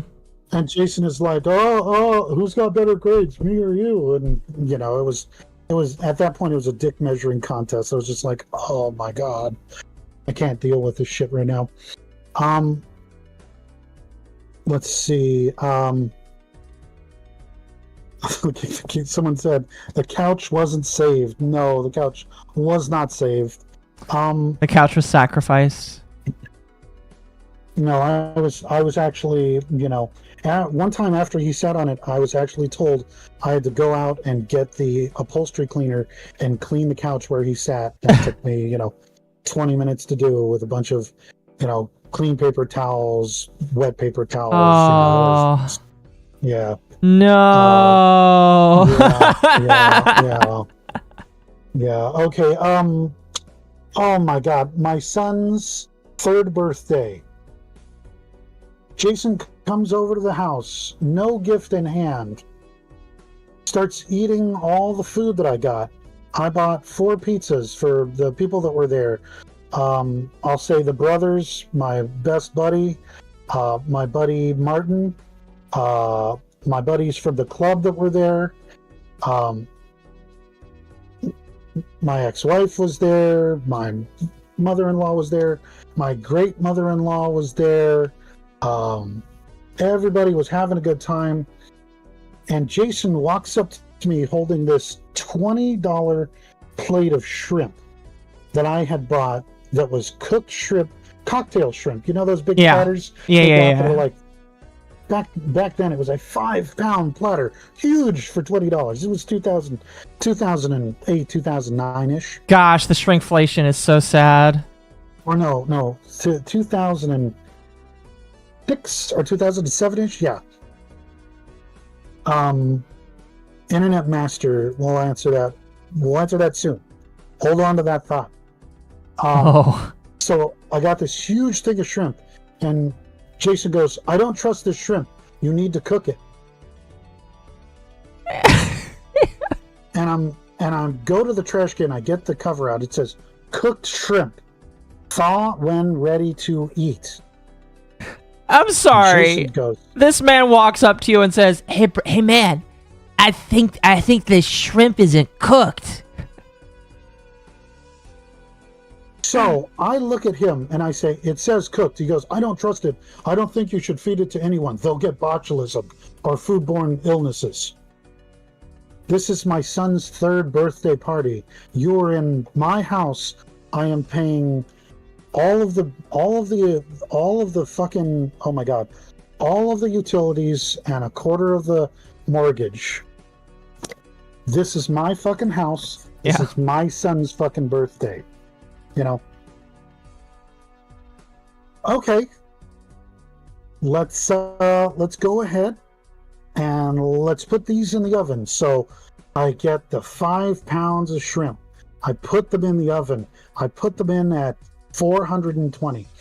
I go, I'm gonna get these suckers up to, an internal temperature of 160, and he'll fuck off, right? Yeah. I'm starting it up. I go, no, I'm taking half of it out. I'm putting it out, and he is screaming at everybody. I'm putting half of it out, so about 2 pounds of it. I put it out for everybody with the cocktail sauce. Everyone starts digging into it, and he's going, "You're going to get sick. You're going to get sick. Rob's going to poison you. Rob's going to poison you." And at this point, I'm going, this guy is trying to do a psyop on me, you know? This guy is trying to run gay ops on me. So at my son's birthday. this man is acting like, so this is the autistic friend that you invite to your son's birthday party, and he's going around and just telling everybody, "Don't eat the food. He's trying to kill you." Yeah, no. So what happens is everybody eats the cold shrimp. Nobody has a problem. 5 minutes later, 10 minutes later, the shrimp has finally gotten to 165 degrees after like 25, 30 minutes. I pull it out. It is shriveled, emaciated, singed, you know. From Mama Oka. Avenge $975 for more. I'm livid. Yeah. Software after all the drama? So I go and I put the fucking shrimp on the pizza because no one's going to want cooked shrimp and cocktail sauce, but they will like pizza with cocktail sauce on it. With shrimp. That sounds kind of decent. Very Sicilian. My family has a lot of Sicilian friends. We had my buddy Vincent was at that birthday party. He called Jason actually a few slurs, which I'm not going to get into, but let me just say my buddy Vinny was both Italian, Sicilian, and Irish, which you can't be both, but all three, but he would say both. And never trust a Sicilian. Yeah, well, you know. So this whole thing is going down. I'm able to put it on a few pizzas. I ask people what pizzas do they want the shrimp on. You know, of the 5 pizzas, 2 of the pizzas get it. This motherfucker starts pilfering pieces of shrimp off the 2 pizzas that have it, and he eats 2 pizzas. Full of the 5 pizzas, he ate 2 of my son's goddamn pizzas. He'd pick While pilfering the cooked shrimp off of it, while leaving leaving a little bit for everybody. And so we're giving my son the cake. He's 3. His brain is gelling. He understands it's a birthday for him. We got him a nice little sheet cake that was $15 from Albertsons. That had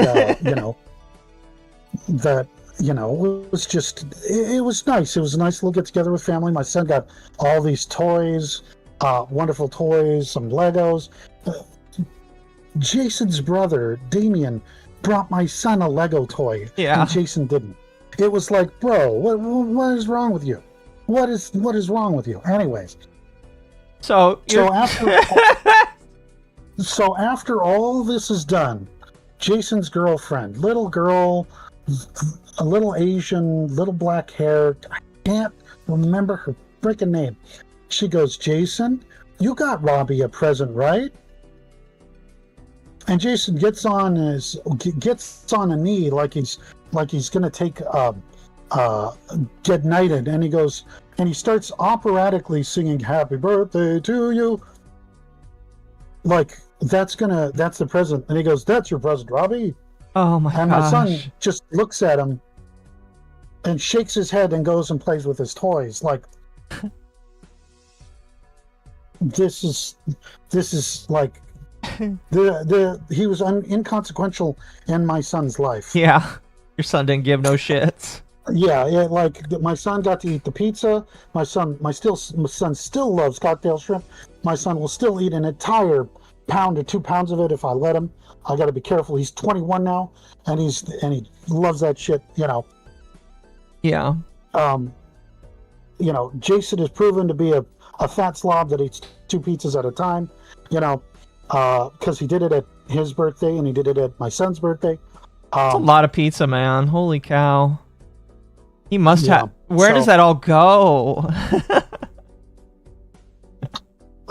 You will, like, he had, I don't know what he had. Allegedly, he had IBS or he had some sort of problem with his guts or colon or something, and he would always have diarrhea, and his toilet was always spattered with fecal matter, and it was like his dad would not clean the bathrooms that the boys used. His dad's bathroom and his master bedroom was immaculate. The boys' bathrooms were only clean when Damien cleaned it, or when the brother cleaned it. I'm not going to make fun of somebody for having IBS, but that is incredibly unfortunate. His roommate had a wonderful set of pictures that she posted with that interview with the milkman. Yeah, can't remember his name. Quinthio. I'm going to have him on next week. Yeah. Imagine that downstairs. Imagine hair from shaving. You go to visit somebody's house, and there is hair all over the sink when you get in there, and you're supposed to be a guest in this house. Yeah, I just, bad crap. Bad touch. Bad, just, my gosh, what were other goofy stories? One time he came to my dad's junkyard, and he thought that my dad would give him products at cost. And the problem is, what Jason doesn't understand is small businesses, every product in a wheel yard or in a junkyard is, as we say, inventory. So we don't like giving inventory out. That's a no-go, So my dad goes, okay, sure. We'll sell it to you below retail. It's $65. You take this wheel to Firestone down the street. You have it bolted on your car. You get to drive again. Jason goes, can't you do it here? I'll give you like $10. And my dad goes, we don't have the insurance to do it here, but you can go ahead and take it for $65. I will put it on the spin balancer. I will balance that sucker perfectly. They will take it, put it on, put any other weights that they need to have on it, and you will go on the road, and you will be back on the road. Jason goes, man, I was just hoping to go somewhere to go buy, like, get the whole thing done in one place. So he leaves our shop, thinks he's fucking clever. He goes to Firestone Tire down the road, says, hey, I need this wheel for my Prius. I'm the one that answers the phone for Firestone Tire. Hello, Terry's Wheels. Robert here. What can I do for you? Oh, we need a wheel for a 2004 Toyota Prius. Does the guy have long hair? Yeah. Freddie, I need you to tell me if that guy's name is Jason. He pauses for a second. Yeah. I go, oh, sure, yeah. I go, Freddy, for you guys, I will sell you that wheel for $45. But I want you to sell it to him for $150. That's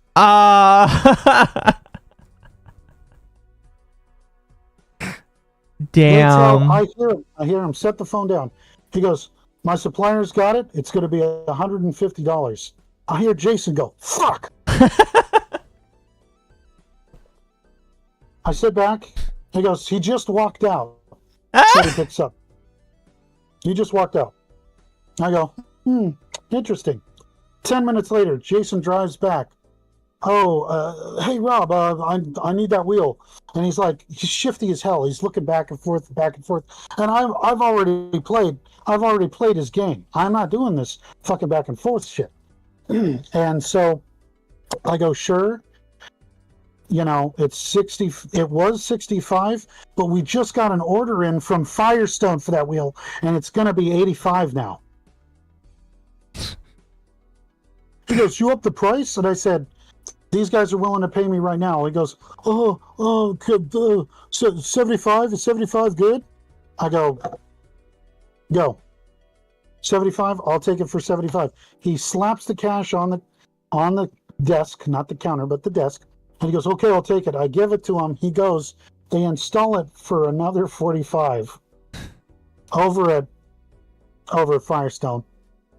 Oh, He man. calls me up. He goes, they had charged me an extra $10 for balancing. I said, yep, we didn't balance it because we were going to send it to Firestone. He goes, well, Firestone was going to sell it to me and upsell it for like $160, $170. And I just go, well, sounds like supply and demand is in effect. And he didn't know what to say. His jaw was half cocked. He was looking back and forth like, oh, what the hell happened? You know? Yeah. You know. Does he know that you did that? No, I'm not going to tell him. Now he'll probably know. I go, Robert Rankin fucked me on that wheel. And it's like, That's Bro was ordering food out every night. He could afford it. that was the art of the deal. Well, you know, it's just like I remember when I got my first book, my first physical copies. He goes, "I'll buy your first copy." When I got my first copy, I go, "Hey, it's ready to go." He goes, "Yeah, fuck that. I'm not interested."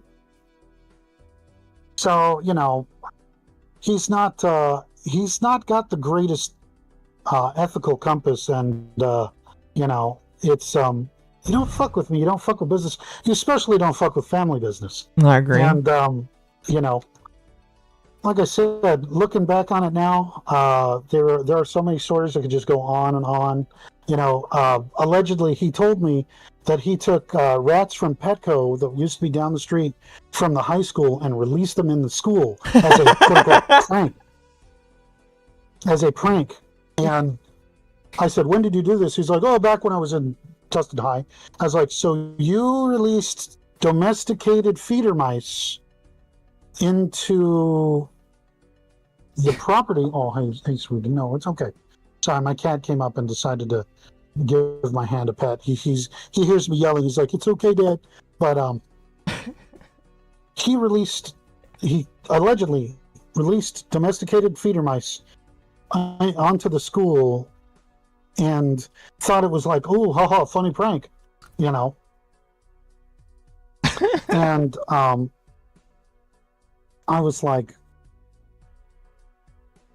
I never understood how that was anywhere in the realm of funny, and I actually started feeling bad because I realized these are a bunch of domestic feeder mice that all they know is the four walls that they live in. They are not made for the wilds. They're not made for, you know, not made for being released. And I could only imagine there were cats on the property, so these cats probably ate well. Probably got him. You know, but the thing is, like, that's animal abuse. It is. You know, no matter how you look at it, releasing domesticated animals into the wild is animal abuse. Yes. You know, other pranks that he did. He claimed that he was able to hack the school system to change grades, and I was like, I don't think so. That's allegedly. I don't think you can do that. The system for the grading and the systems for the students is off a whole other fiber backbone, and everything is going through security credentials, and unless you had the security credentials of an actual of the people that were in the IT development department, and I'm sorry, but Mr. Brian Martini, who's the IT lead for the school and a teacher for the CompuTIA course, the Compu and the CCNA course, who was in charge of all that shit, knew what was going on and what was on top of all that. Mm-hmm. And some script kiddie from fucking Colorado or bumfuck Egypt nowhere coming out and saying that he's been able to hack, the school to change grades. Well, then that invalidates his entire high school experience, Mm-hmm. if it was real. So, and other ones was allegedly he got into the faculty bathrooms and put fly paper on the toilets. So when they sit down on the toilets, they have this fly paper sticking to their legs and ass. And I was like, Feels like he was maybe really. That feels like he's really trying to just play up. Oh, I was a bad boy at school. Bad boy, animal abuser, whatever it might be. Oh, we got whatever it might be. It's all unhinged from my viewpoint. Uh-huh. So, honestly, it's just and he told me so many stories that it's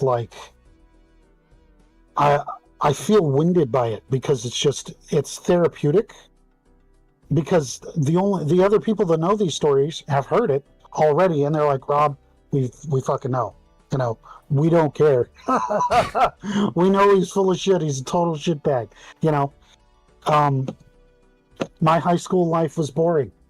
I married my sweetheart. I ran a club and partook in some clubs. After high school, I helped people publish it and did a few websites. I got some background in IT, and I love to see people making progress and improving the condition of their lives.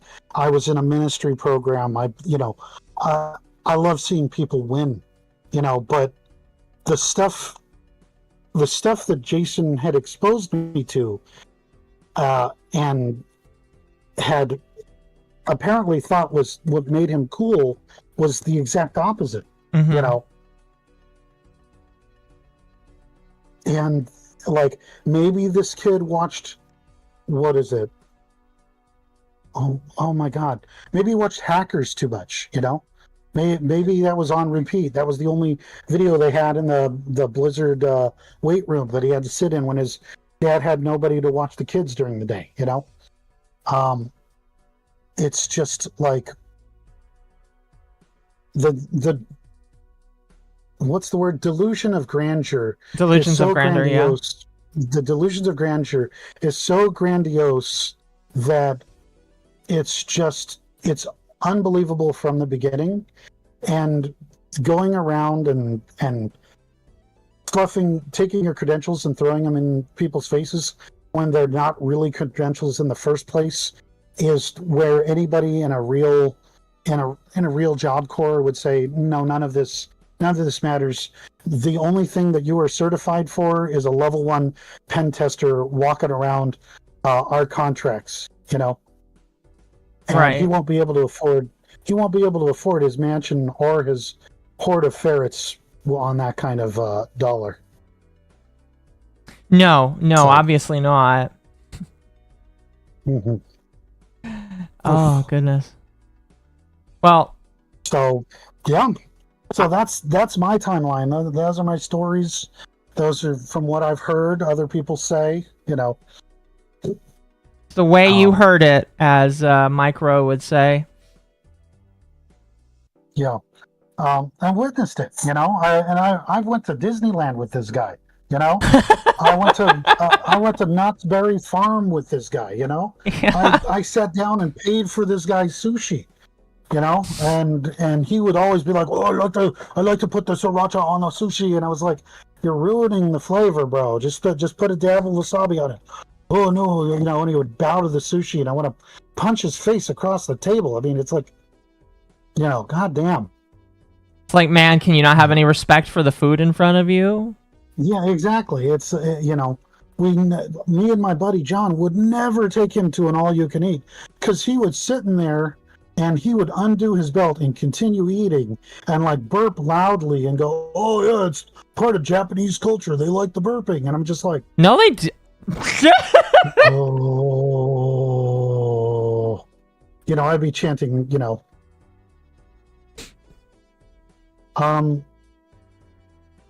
let's see. John, let's see. I'm just looking at the chat. Joe, you can look at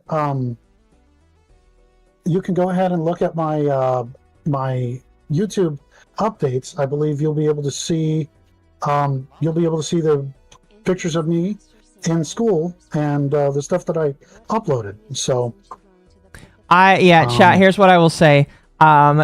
Jason could very easily take down a video if I did that by claiming privacy. And so I'm not going to do that. Even though his face is out there, he's already tried to blame Quintheo for doxing when Quintheo never did any doxing. So I'm not going to take that. Like, if he ever sees this at all, Jason is going to like whine, bitch, and moan that I got on his nerves. But I don't give a shit, but I don't want to give him a reason to try and strike down my channel. So we're not going to do that. Yeah. You know what? Here, let me post this. This is my pictures from high school. We got me and my neckbeard. It's got me and you can go through them at your leisure. It shows clips straight from my 2000 to 2003 yearbook for Justin High, which you can go look up at classmates.com, and you can verify that that's me. My Facebook is private for family and friends. You can check my credentials there over what I publicly posted. I'm not posting anything of Jason's. You can cross-reference the information very easily with Google. You can find that I am in the yearbook that he is in the yearbook. My profile picture is not in the 2003 yearbook because I am mentioned twice, and my side profile is in the Club Rush picture where it is showing me recruiting people for my gaming club. So yes, you are in a it's very easy to find out that you are actually who you say you are. Yeah. Basically. Yeah. Yeah. So I mean, it's like would I devolve into saying he's a bad person? We'll have to get to that later in the interview. I mean, you can kind of here. I'll let Rage know he can join in now. Yeah. Yeah. Shadow for the 2. I'm praying his ferret rescue is legit. I hope it is. It would really suck if his ferret rescue was not legit. Am I late? Yes, you'll have to watch the first part of the interview, which like I said earlier, chat, I am going to splice both video streams together. After we're done here, I am just going to do that. I apologize, by the way, to anybody that happened to if you came in the beginning. I'm really glad that I only have to spend 1, 2, 3 more months in this place, and then I can move. Starting next month, I am going to start looking at job prospects in the place that I'm thinking about moving to.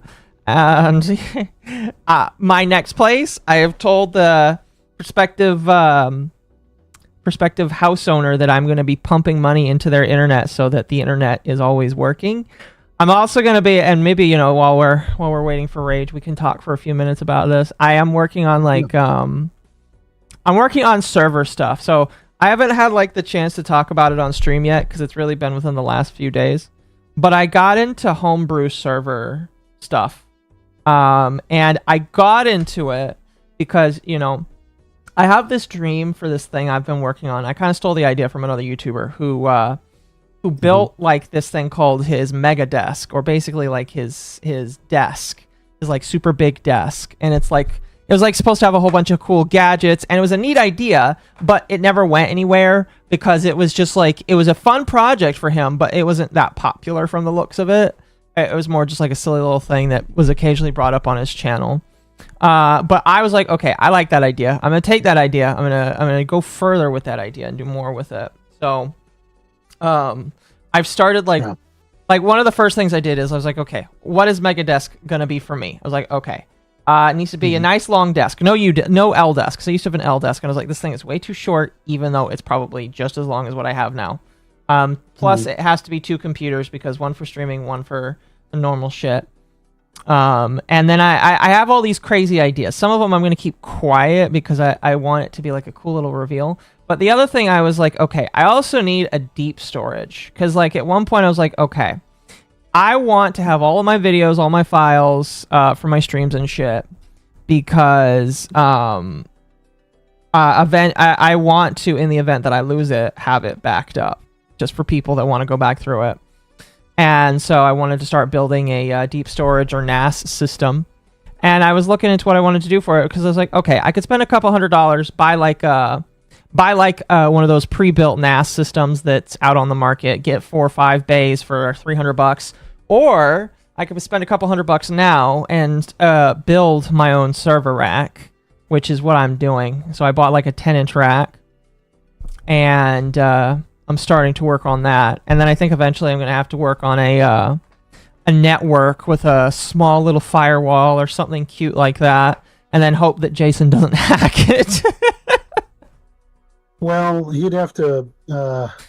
he's a script kiddie. Unless he has access to, like, say, a website that you own that has server logs that will allow him to backtrack your IP... stuff like that. But I doubt he'll. No, I doubt it. I doubt that. No. Absolutely not. No, he's not that kind of. He is stupid malicious, but I don't think he's like illegal malicious, if that makes sense. I don't think he would ever do something particularly illegal. He false flagged that one guy. Oh, you're right. Never mind. That is true. That is illegal. Yeah. Never mind. You know what? Maybe that could happen. Yeah. Never mind then. Hopefully that doesn't happen though. Yeah. So.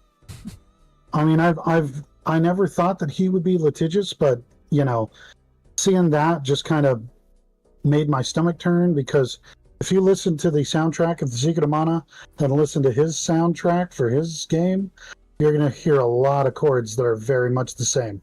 I heard a lot of chords that I can't remember. I remember when we first started playing, and I was like, oh my gosh, this game. Zelda. Yeah, I had a lot of Zelda shit in there, and I was just like, what the fuck is it? Like, okay, if you're in your if you're a teenager or your mid-20s, all right? I today, by the way, enrolled chat in a programming class because I want to learn programming to see if I can, mostly for my own edification, but I also kind of want to see if I can do better than Thor one day. But like, I was listening to that shit. I was like, okay, when you're a teenager or in your early 20s, or if you're Toby Fox, you can have a game like this because obviously you're going towards self-improvement. But to Jason, this game is his magnum opus, the best thing that he's ever worked on. And I'm just sitting there, I'm like, this I can't, 10 years ago I wouldn't have been okay with this. Why the fuck is this? What is this?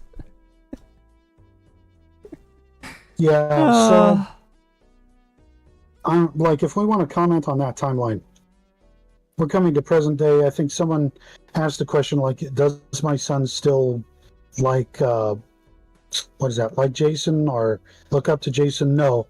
My son sees Jason's drama and says he doesn't want anything to do with that. He now believes me when I said, when I told him stories, he didn't believe me. He did not remember Jason acting weird at a birthday party. He didn't even remember the few times that Jason came over to my apartment in Santa Ana. So, that's a no-brainer. So yeah, but you got to look at the timetable. You have the Kickstarter, you have the game that he had already worked on. He may have worked on that game based on the timeline.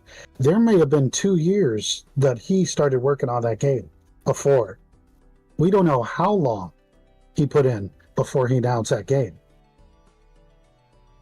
So it's very possible that we're looking at the public timeline being what, 9 years now, and there being 1 or 2, maybe 3 years, a non-public, private timeline where he was trying to cobble this stuff together.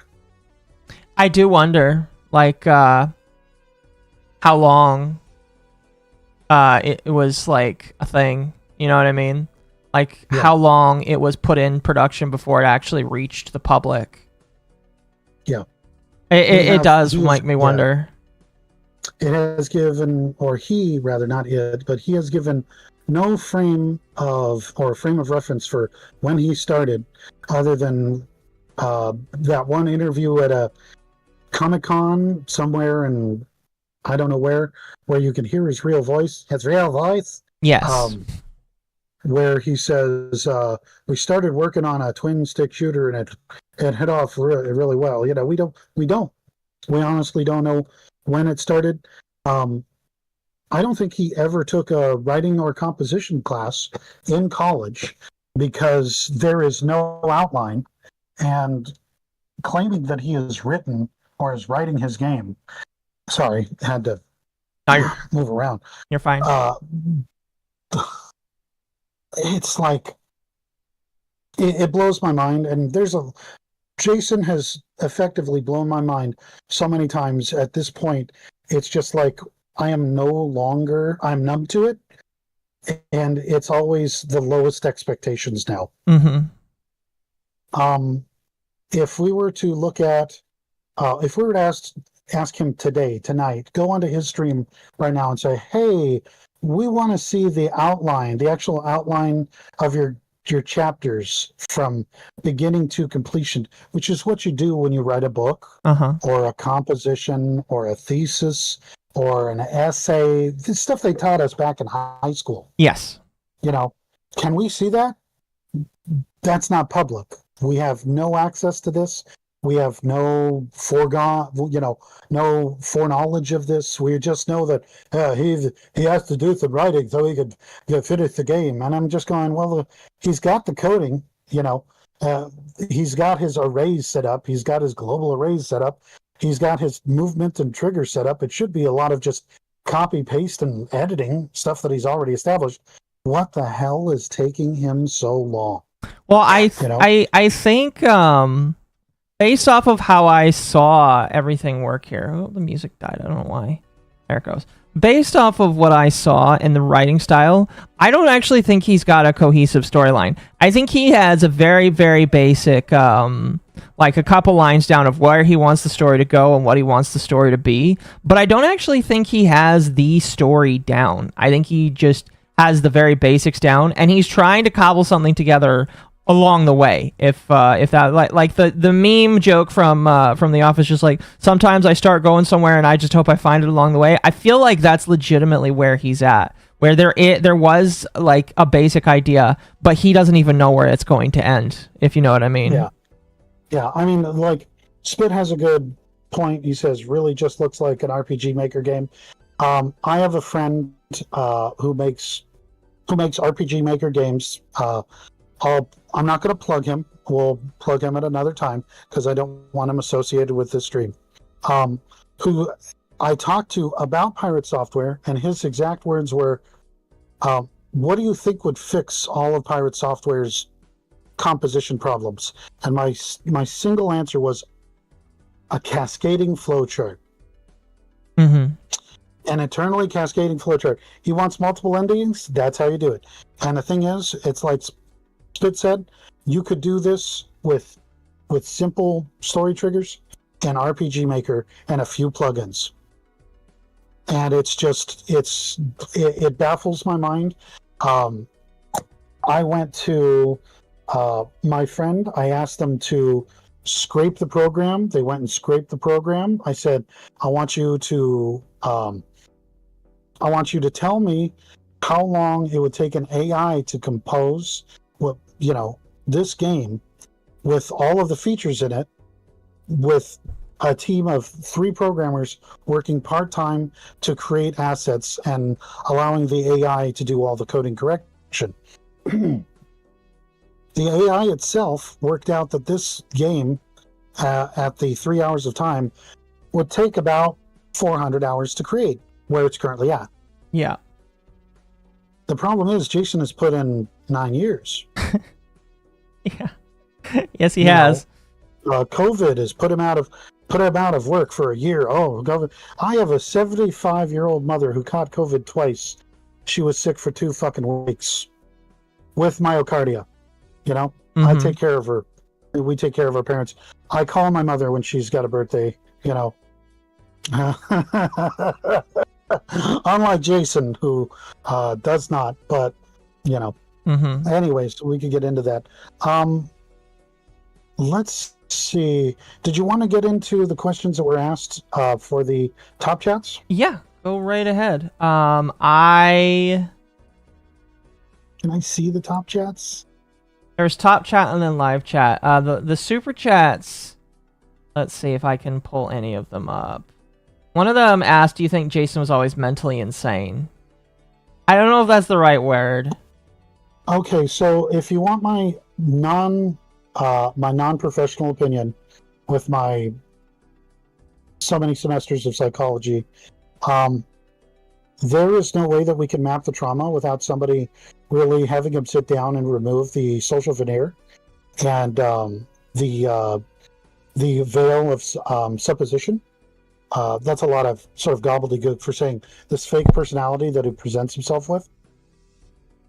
I believe that Jason has a bunch of unaddressed trauma. Okay. That is from the environment, and no one has ever told Jason that he does not need to be defined by his drama, and he does not need to be defined by his accomplishments, but he can allow himself to be defined by the way he acts towards his own circle and those who are directly affected by him. And that's how I feel. The problem is, I think the only folks that are in his circle are those who are immediately his moderators, whoever his life partner is. I know nothing about that, and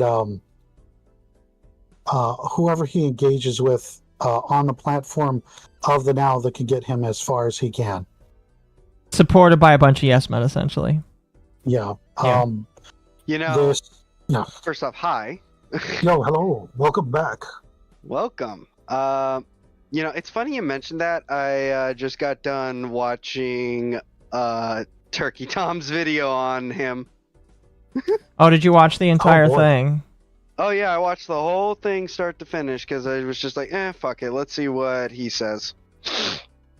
So I haven't watched the later half. I only watched the early years because the later half, I'm guessing, is a lot of the more recent stuff that I feel like I am pretty well versed in. But what did you think of it? It was pretty good. It's funny because Lore mentions, a significant other. They found some interesting shit. Oh. Well, I don't want to muckrake here because I can't verify anything. I've heard a lot of things from YouTube, and when I was on the farms with my one account and I got banned for brigading,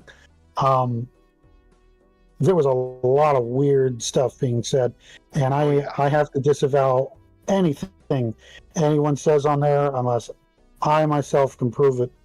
So, that's just how it is. Absolutely. I was just going to say, yeah, apparently there's a birds of a feather flock together, but, you say he surrounds himself with yes men. It's more of, I'd say, and, obviously from the video, it seems more like, because, again, him being part of that furry community, like he just surrounds himself with just weak, servile kind of people that, take this bullshit whole cloth and, believe the hype rather than, people like you and stuff that are like, all right, sit the fuck down and prove it, put up or shut up kind of thing. Yeah. So if I'll rip the Band-Aid off of the whole furry community thing, and the 100 and more people that are watching, hold on to your pants here, because this is my take on it. In the 80s and 90s, bunch of nerds liking anthropomorphic artwork, werewolves, animal people, whatever, right? Good for them, right? 2000s started getting weird, started getting inclusive, started getting the kinksters in it, started getting sussy.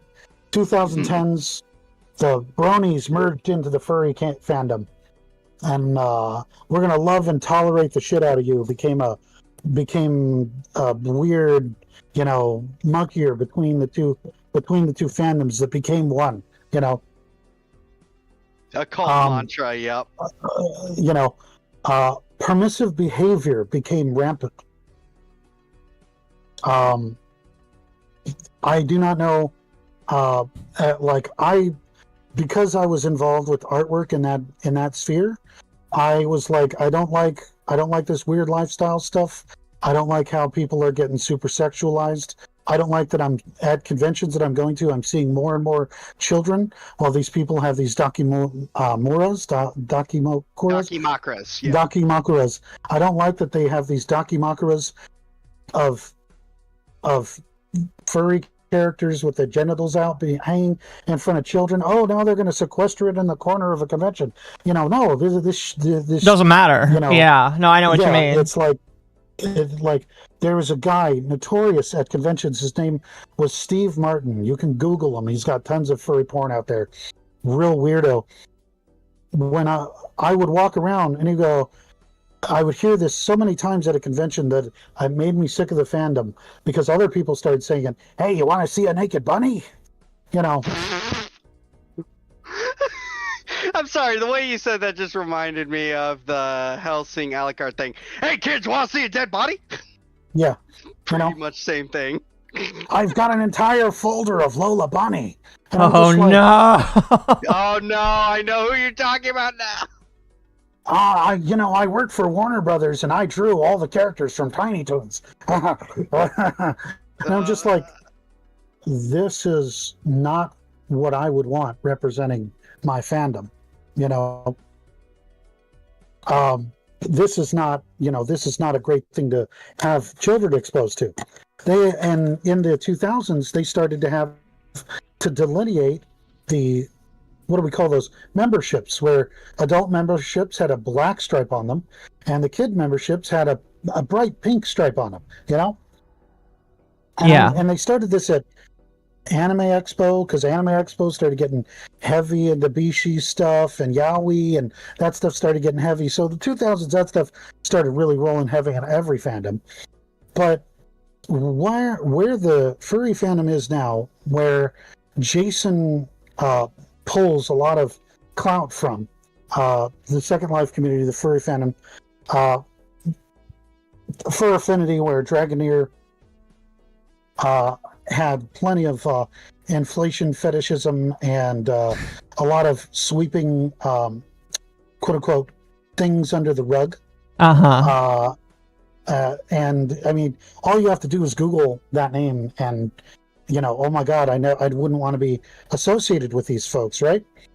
Well, you got to look at it that Jason scrubbed his profile there.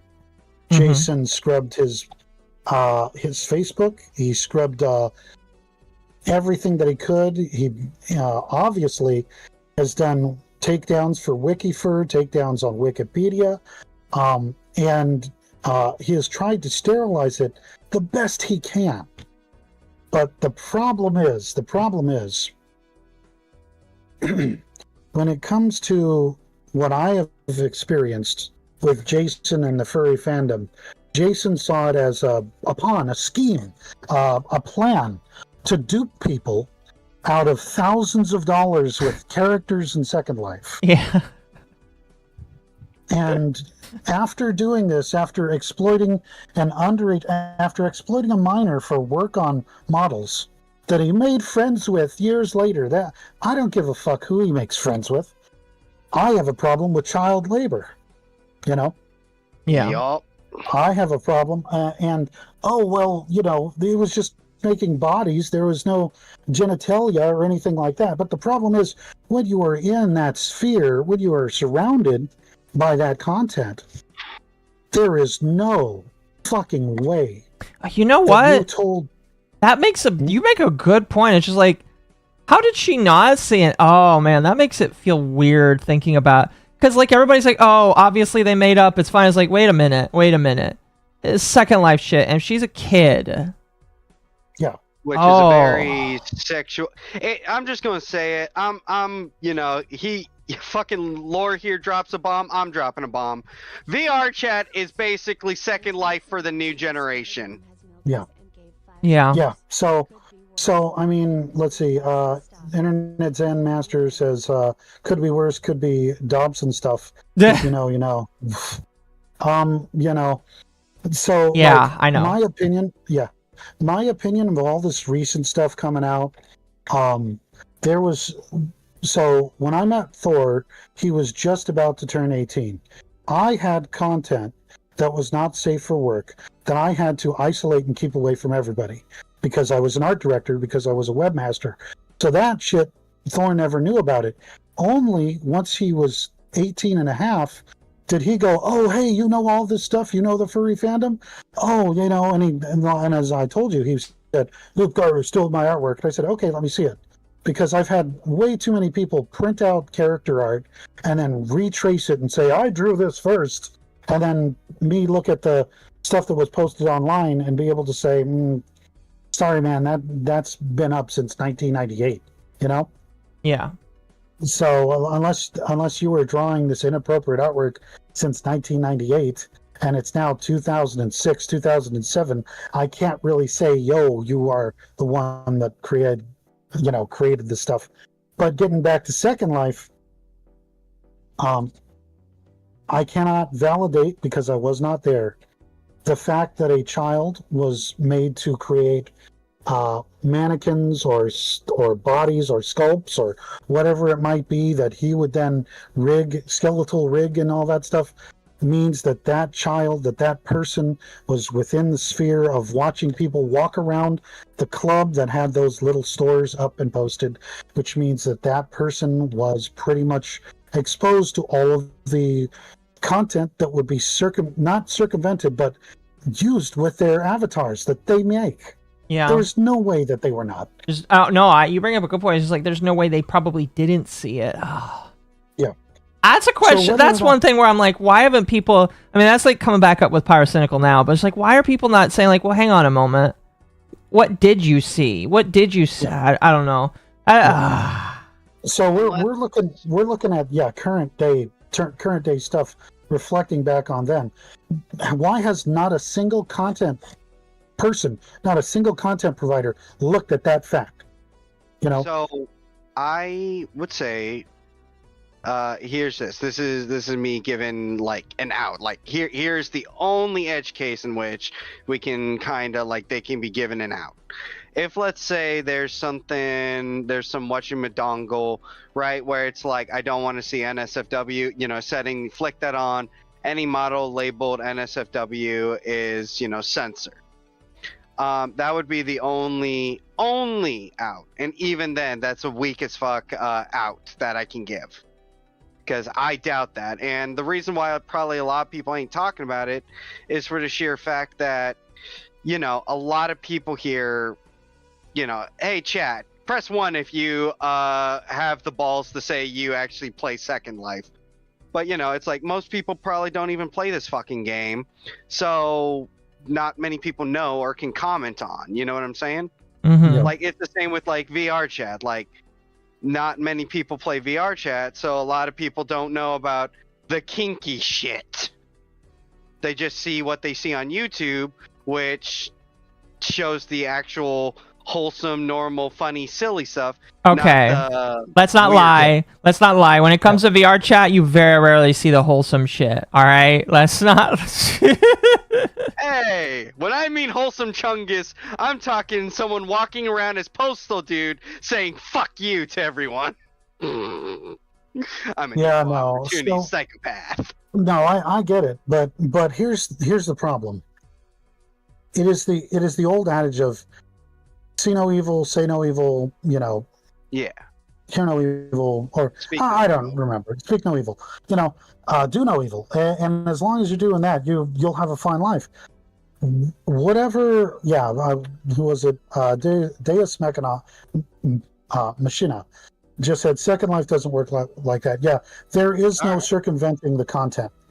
So wherever they were at, whatever club they were at, whatever sim or dim dark sphere was at, there is questionable actions going on.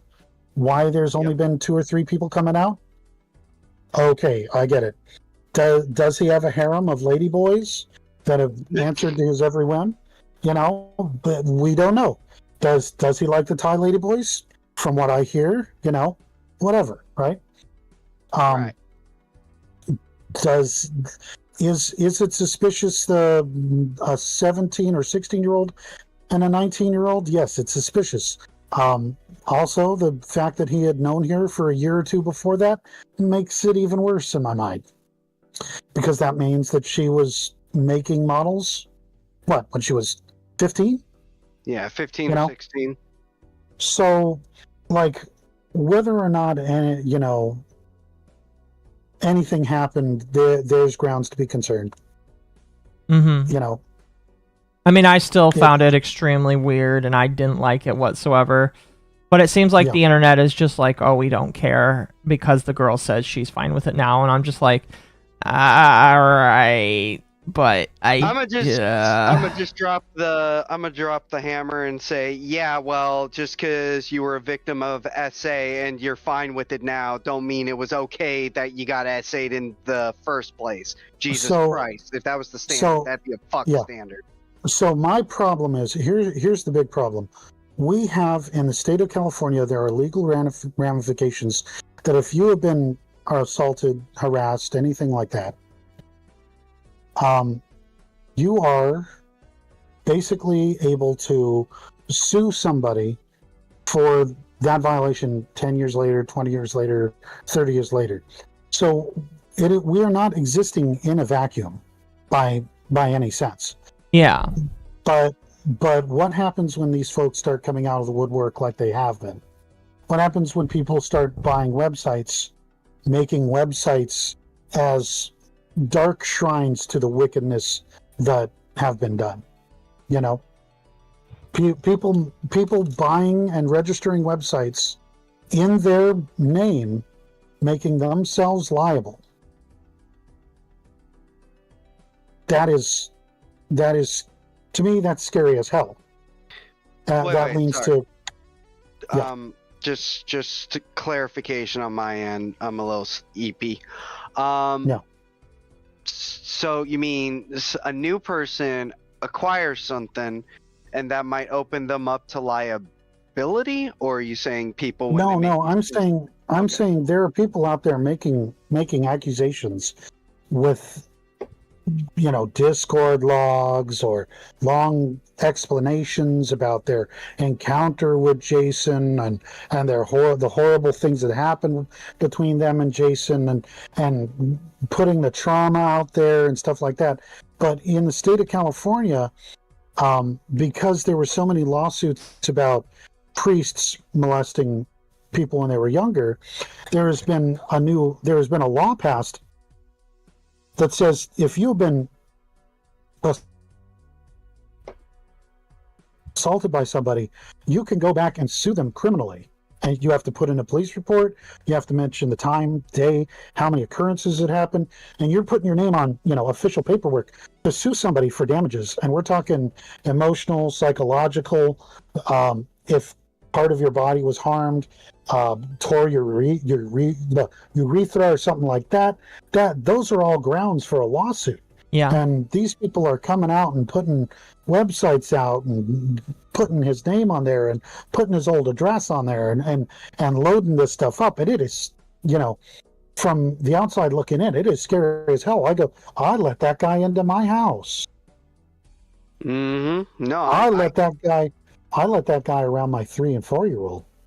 Yeah. Yeah. No, like it's definitely like horrific looking back. Like that's the thing, man, is we don't always know entirely about people. Like, I can say, I get vibes on some people, but hell, there might be people that I don't know that seem like, they passed the smell test and all that.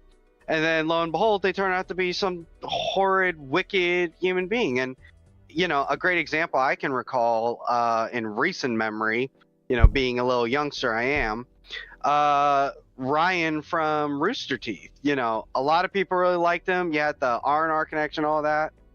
And even Jack and many of the other people were horrified and ashamed at, finding out all this fucked shit that apparently he did at conventions or whatever. And it's fucking heartbreaking, dude. It's some scary shit. Yeah. No, I agree. I feel sympathy for you on that one, because it's like, Yeah. It really does hurt. Yeah. So, like, looking at all this stuff, there are people, like, not saying allegedly, not saying supposedly, and really making themselves liable. They are. Yeah. And that is some grim shit. But if these people are willing to slap their names on a website registry and say this happened to me, that is definitely some grounds for gravitas on their end. Jason has not come out and said anything, and if you say anything about it, you get murked off of his Discord. You get murked off of his stream. You get, you get punished for asking for the truth. Moving up to Washington, moving up to Oregon, wherever he is now. I don't follow. I just, it's so difficult to follow this. All this data. And what really gets me modernly is that this stuff is going to keep on coming out until the people have been exhausted. Yeah. And now that he's a public figure, we've seen the reference to, are you trying to entrap me, in a Discord message, that right there is grounds for, deducing an admission of guilt, Yeah. And it's just like, Wait, that came out in I a can't- Discord message? I haven't seen that yet. Oh, yeah, shit. the latest person exposing him had a website with a bunch of Discord messages that were posted. Jason had removed a lot of messages, of course, Of course he did. deleting them. Interesting. So, yeah.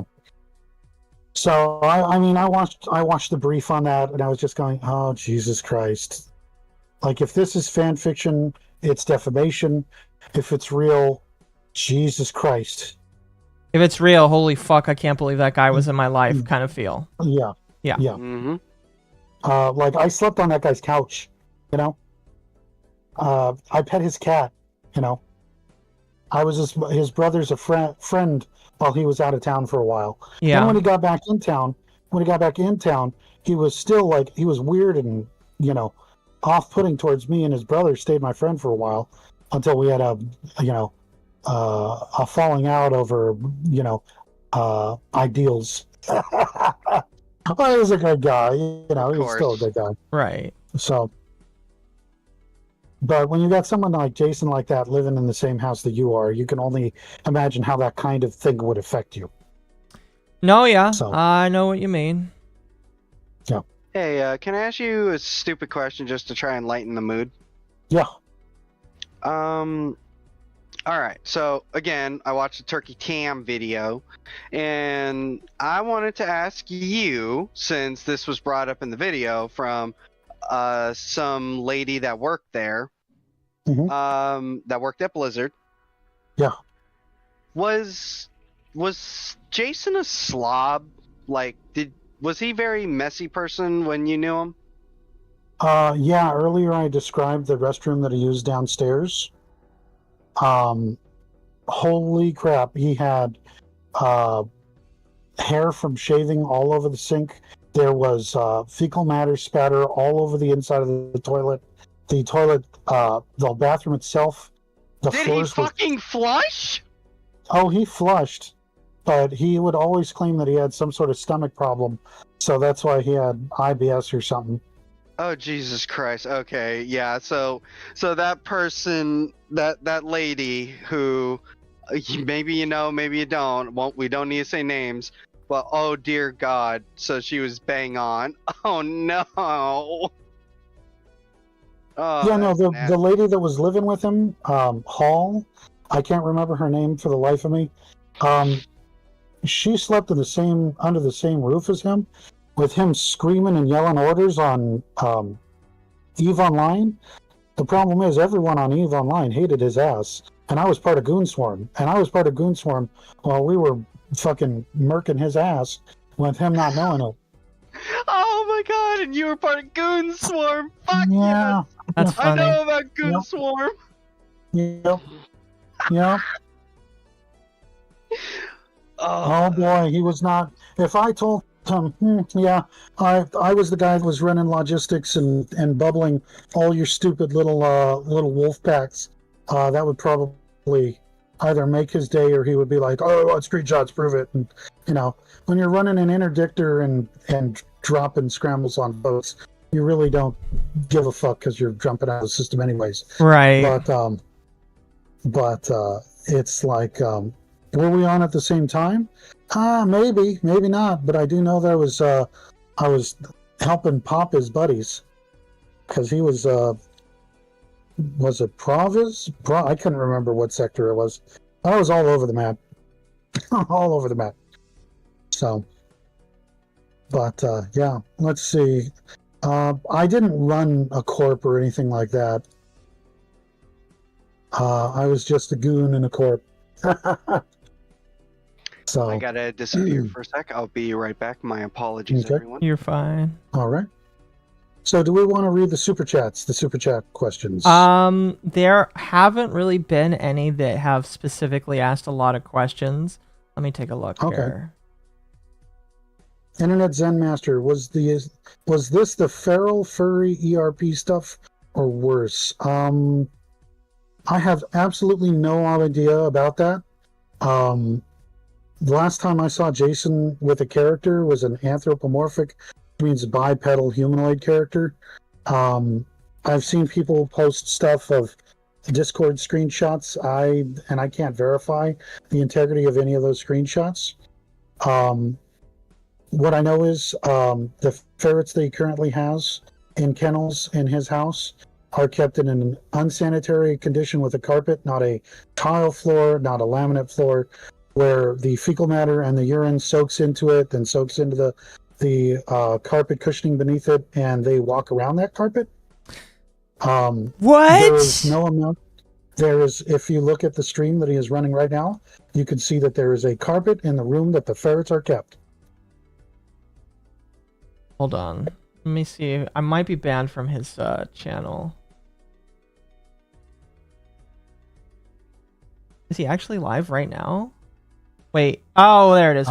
Ferret Square. Ferret Square. Yeah. So, that room, if they have any other, let's see, any other streams, you can actually see I have it open. the floor. So, yeah. These ferrets are kept at a kennel. You're not supposed to be keeping that many ferrets in, Hold on. what do we call it? In that small of an area. Like, the kennel is fine for when they're sleeping, but to my knowledge, you're supposed to have a much larger facility, and you're not supposed to have a carpet or anything like that. Marky Damien said, "Oh Lord, I've heard more of EVE Online in the last few days than I have in the last decade when I stopped playing. You saved yourself." That is a lot of ferrets. Yeah. Zen Master, hygiene is worse than Asmongold. Dear God. I think he keeps his room clean, at least where he's streaming. I don't know anything about that.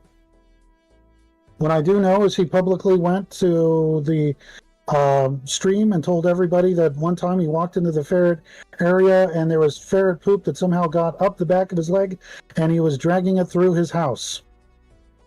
How you are totally oblivious, stepping into ferret feces and kicking it up the back of the leg and inside of your pants is beyond me.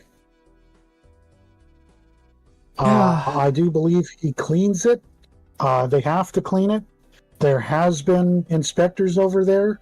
They are in an unincorporated part, which means he lives in a mansion on a ranch where the sheriffs are the one having to answer to everything in I believe it's a 50 or 60 mile radius. I don't know. But I highly doubt any law enforcement are going to care about somebody who has claimed that they have been swatted more than 10 times in their new house. After Jason said they're just doing it to swat me, I'm a streamer, blah, blah, blah.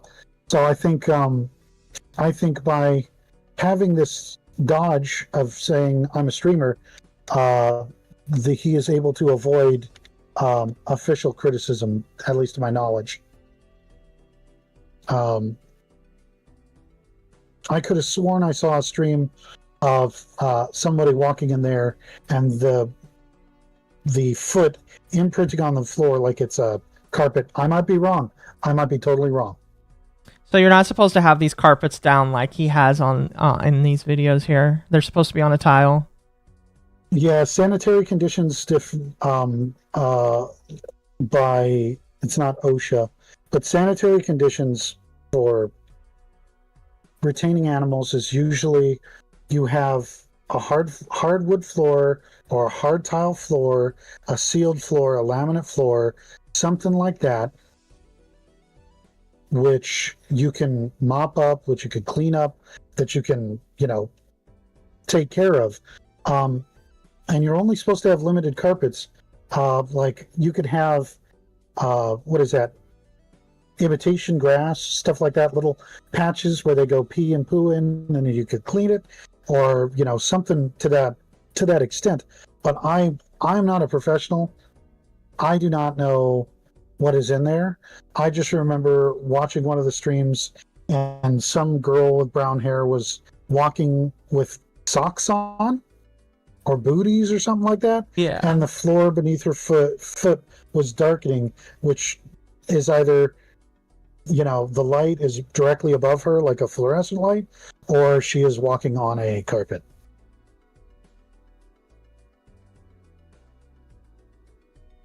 So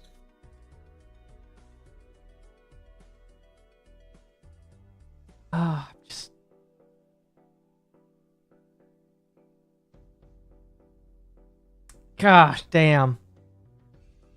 Yeah. These are ferrets. They have litter boxes. You can see that their litter boxes are set up right beneath their little sleeping hammocks. I don't know if that's normal.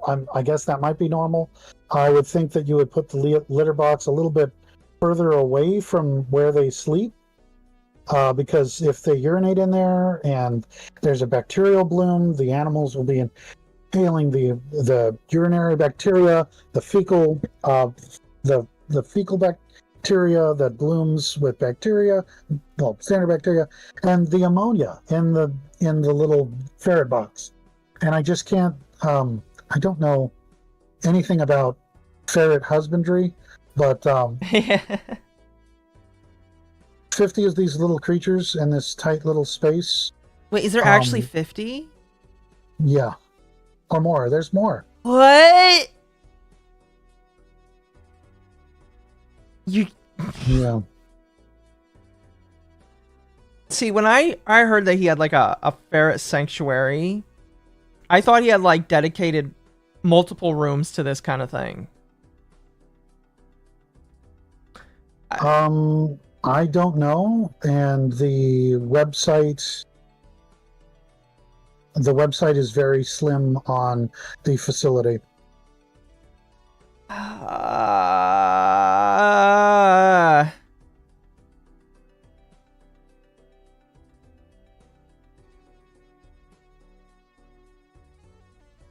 Let's see. Have a family you meet. Oh, great name. Do you think Jason will badmouth you since you're on stream? I think it's very possible Jason is watching us right now and filming. No, I doubt it. Possibility. Listen, and the only way that would happen is if I got on his radar. The only radar I got on is on his Twitter. It's a very small likelihood, in my personal opinion. I'm not that big of a streamer, but hey, it's possible. You know? Yeah. I mean, I got banned from his cycle or whatever the heck you want to call it. I got banned from his little sphere by making a long Twitter chain that, oh, here we go. I'll post it in chat so you can all see the train wreck of me trying to reach out. So, boom, there we go. I'm doxing myself. He banned me for this thread here. There was no response. There was no private message. It was just blocked. And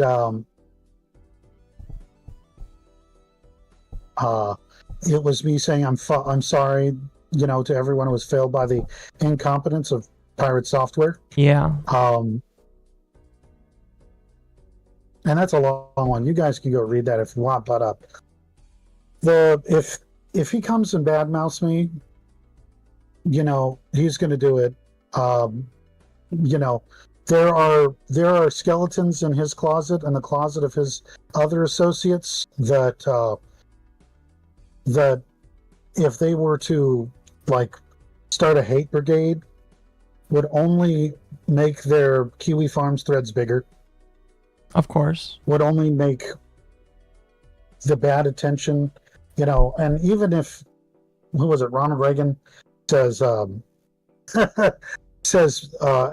any propaganda is good propaganda, it's not going to be good. And these folks that he associates with that I know of that might want to back him in his corner, they are looking at, everything I said is not Life Ruination. And the people that are going to try to attack me, they're going to engage in letting everybody see their dirty laundry. I don't have to do anything because they will self-destruct. Yeah, that is typically what happens with these kinds of people. So it's like the old guys say, let them self-destruct. Mm-hmm. At that point, what do they do? People want to see the tweets that I posted to Jason on the stream. Oh, from Twitter. Send them to me. That link I posted. I don't know if the link posted in my. Did it not post on chat? It might not have. It's not posting in chat. I think. Oh, you know what? It might be. Excuse me. Natively, links are banned in YouTube chat unless you're a moderator, just because YouTube doesn't like spam and people trying to scam, which is fair. So if you send them to me, and I'll post them. Okay, let me just send that to you. Bada bing, bada boom. Ooh, excuse me. I will say, I don't know when Rage is coming back, but we may want to start winding down here soon. Okay, go. So, let's see. Let's see. Let me just look at the chat really quick. Joe says the skeletons are coming out. These people write their own obituaries, really. Deus Machina says let them cook. Yeah, it's at this point it's like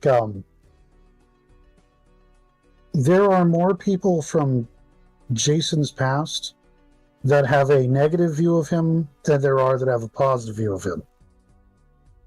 Sadly. And knowing that he threw a bunch of people under the bus, and they should probably, like, knowing that he went and did some stolen valor saying that he was the president of the anime club when he was really the guy trying to bring stuff that shouldn't be shown at the anime club, that's a problem, you know. That's all I'm going to say, because there are people that could like really go to town. So Yeah. and they've got much bigger of a hate boner for Jason than Than you. my little fucking hometown stories. Oh, I'm of sure. Ghost hunting and spoiled kid guy, you know. I'm sure that there's way worse shit that could be shared that just hasn't been on yet. Yeah. Let's see what else.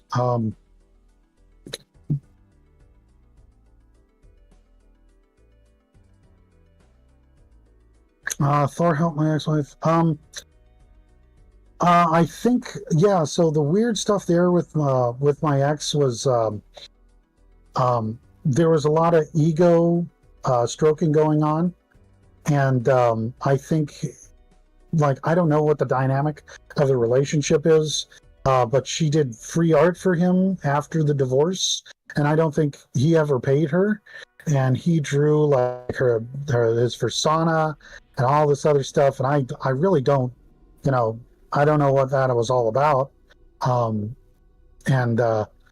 used to support her art, despite, used to separate the art from the artist, but then the artist got really nasty towards me, and I was like, yeah, I'm not dealing with that anymore. Mm-hmm. I could post nasty shit about her on Facebook, and I would hear it in the grapevine, and I would hear people from Chan sites saying, we're fighting your ex-wife, ha! And I'm like, guys, could you just shut the fuck up? I don't need you to sock puppet this shit and make it worse. She's got her own problems. She can't pay child support. Just let her do whatever she's doing. Mm-hmm.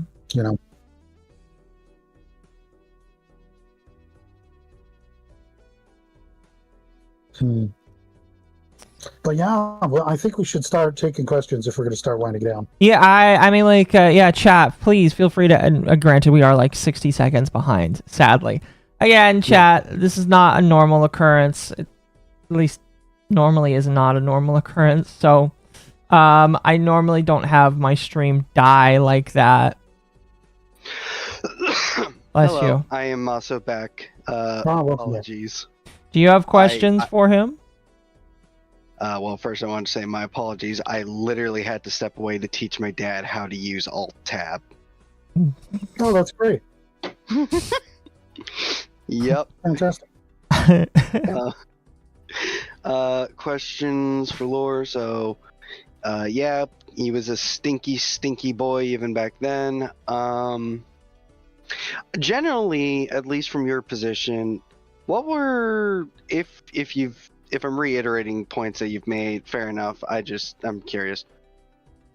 Did people generally dislike him around the office, and was the reason he was not, shit canned hard just because Joey Ray is his fucking dad? Okay, so I was not in the office the same time he was. I've been getting requests for market research and doing design stuff all the way to this week. And it's like that website that I posted in Discord. Let's see, people from Twitch saying, hi, hello, welcome to the stream. welcome to the shit stream. This is bad. I feel bad, guys. I feel really bad talking about this. So from the people that I know that work there, I'm not going to burn them. I'm not going to dox them. They worked there the same time that he did.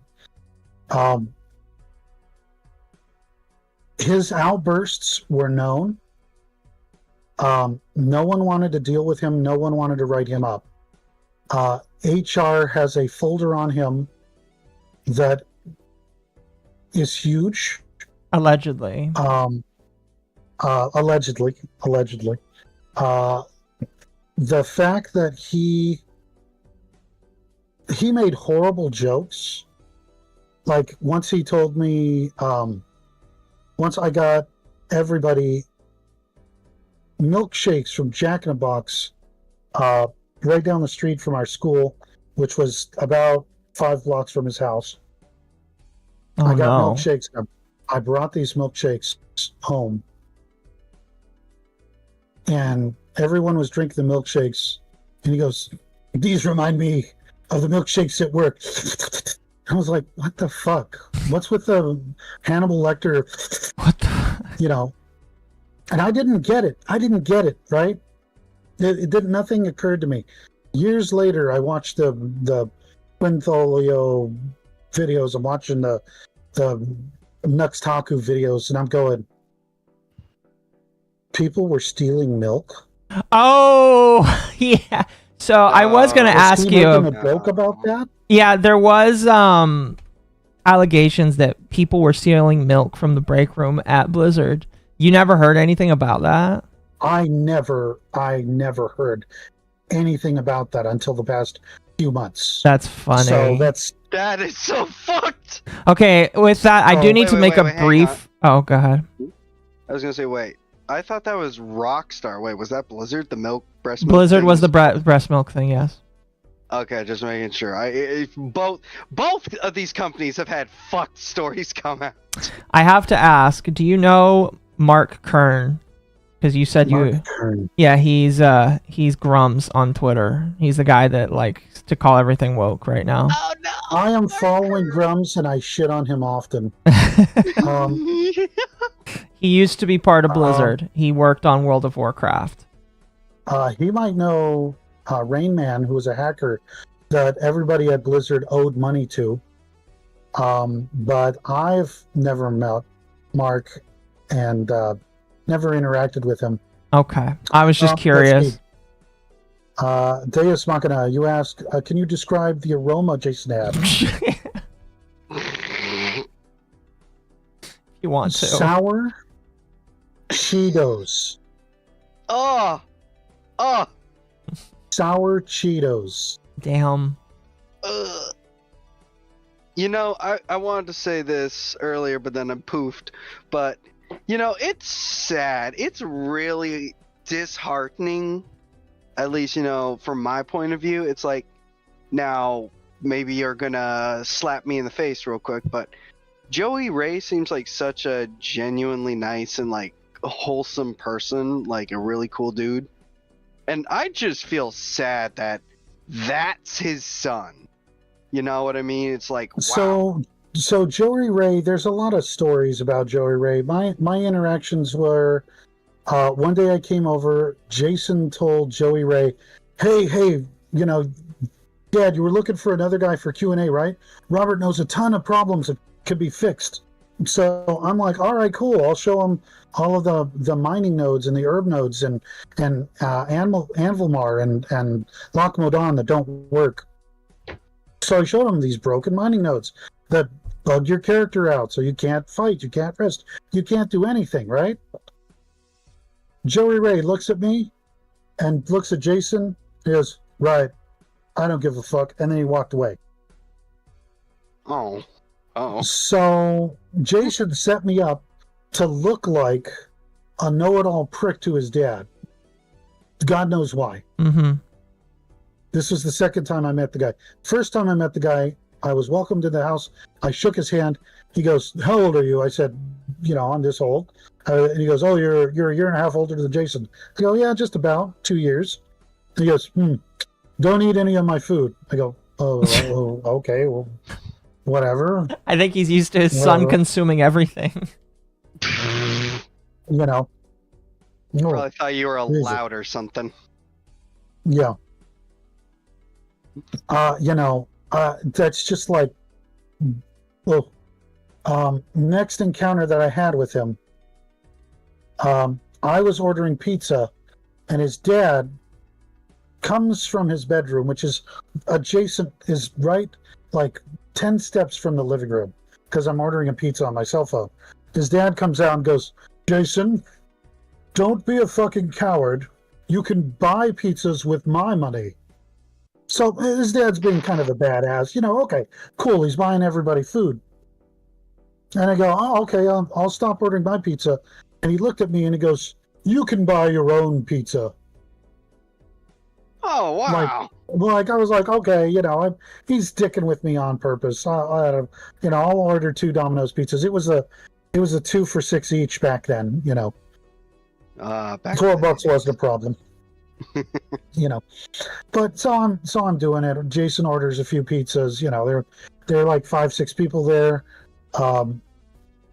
The next time he actually was like, I want you to see my Shelby Cobra, and he's got a red Shelby Cobra in his garage.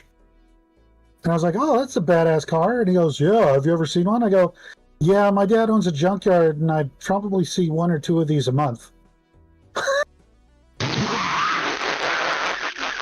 Oh, that's brutal. So, he wanted to big dick me, and I was just like, yeah, I've seen these things junked, so, well, if that's how his dad is, now, again, this is one person's account, everyone. Don't crucify me and don't crucify Lore. Alright, crucify him. Don't hang me. That'd be anti-Semitic. But... Oh, let me tell you something. Oh, go on. He was horrible. He would call me, now I would take everything in jest. I would take all of the Jew jokes in jest. But when he started calling my other friends hook nose, greasy Jew, all this stuff. Wait, who did? Listen. Oh yeah, Jason did.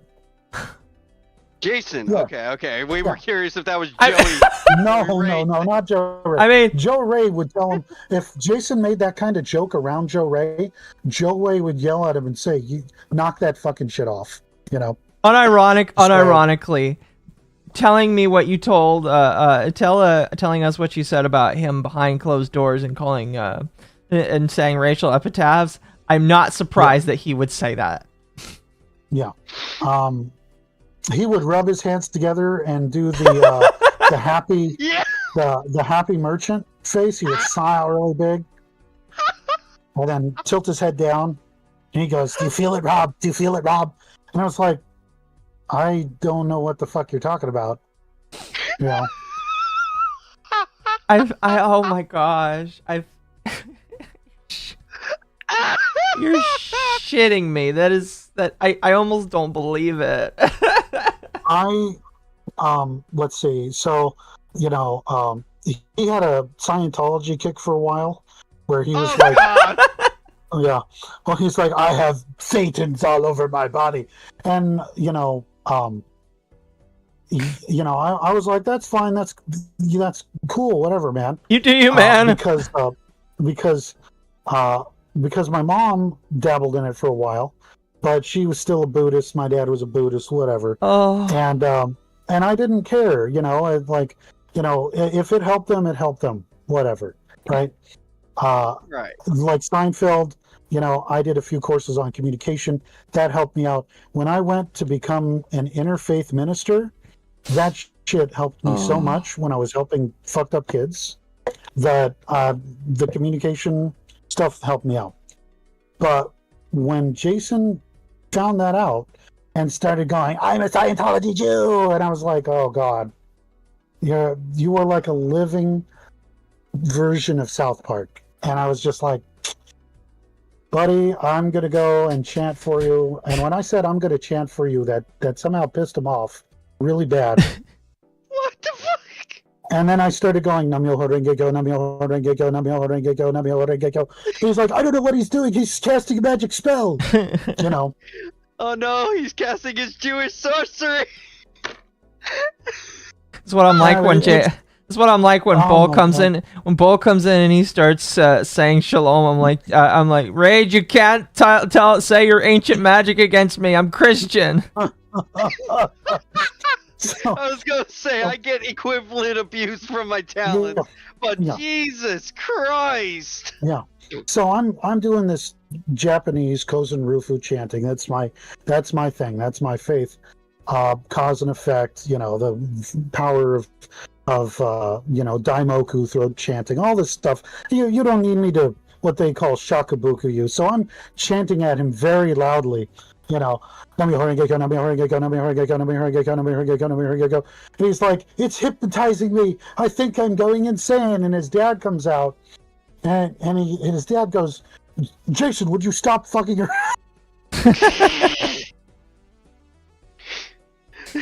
You're insulting his religion. I didn't raise you to do that. And Jason looked at his dad and he goes, you didn't really raise me to do anything. And he cocked his head to the side like he was a fucking cartoon character. Holy fuck, And that is hilarious. I was just like, I'm sorry. I told his dad, I'm sorry, Mr. Hall. I was matching Jason's, matching his goofiness. Matching the autism energy. Well, I tried not to say retardation, but it was, It was there. retardation. So it was retardation.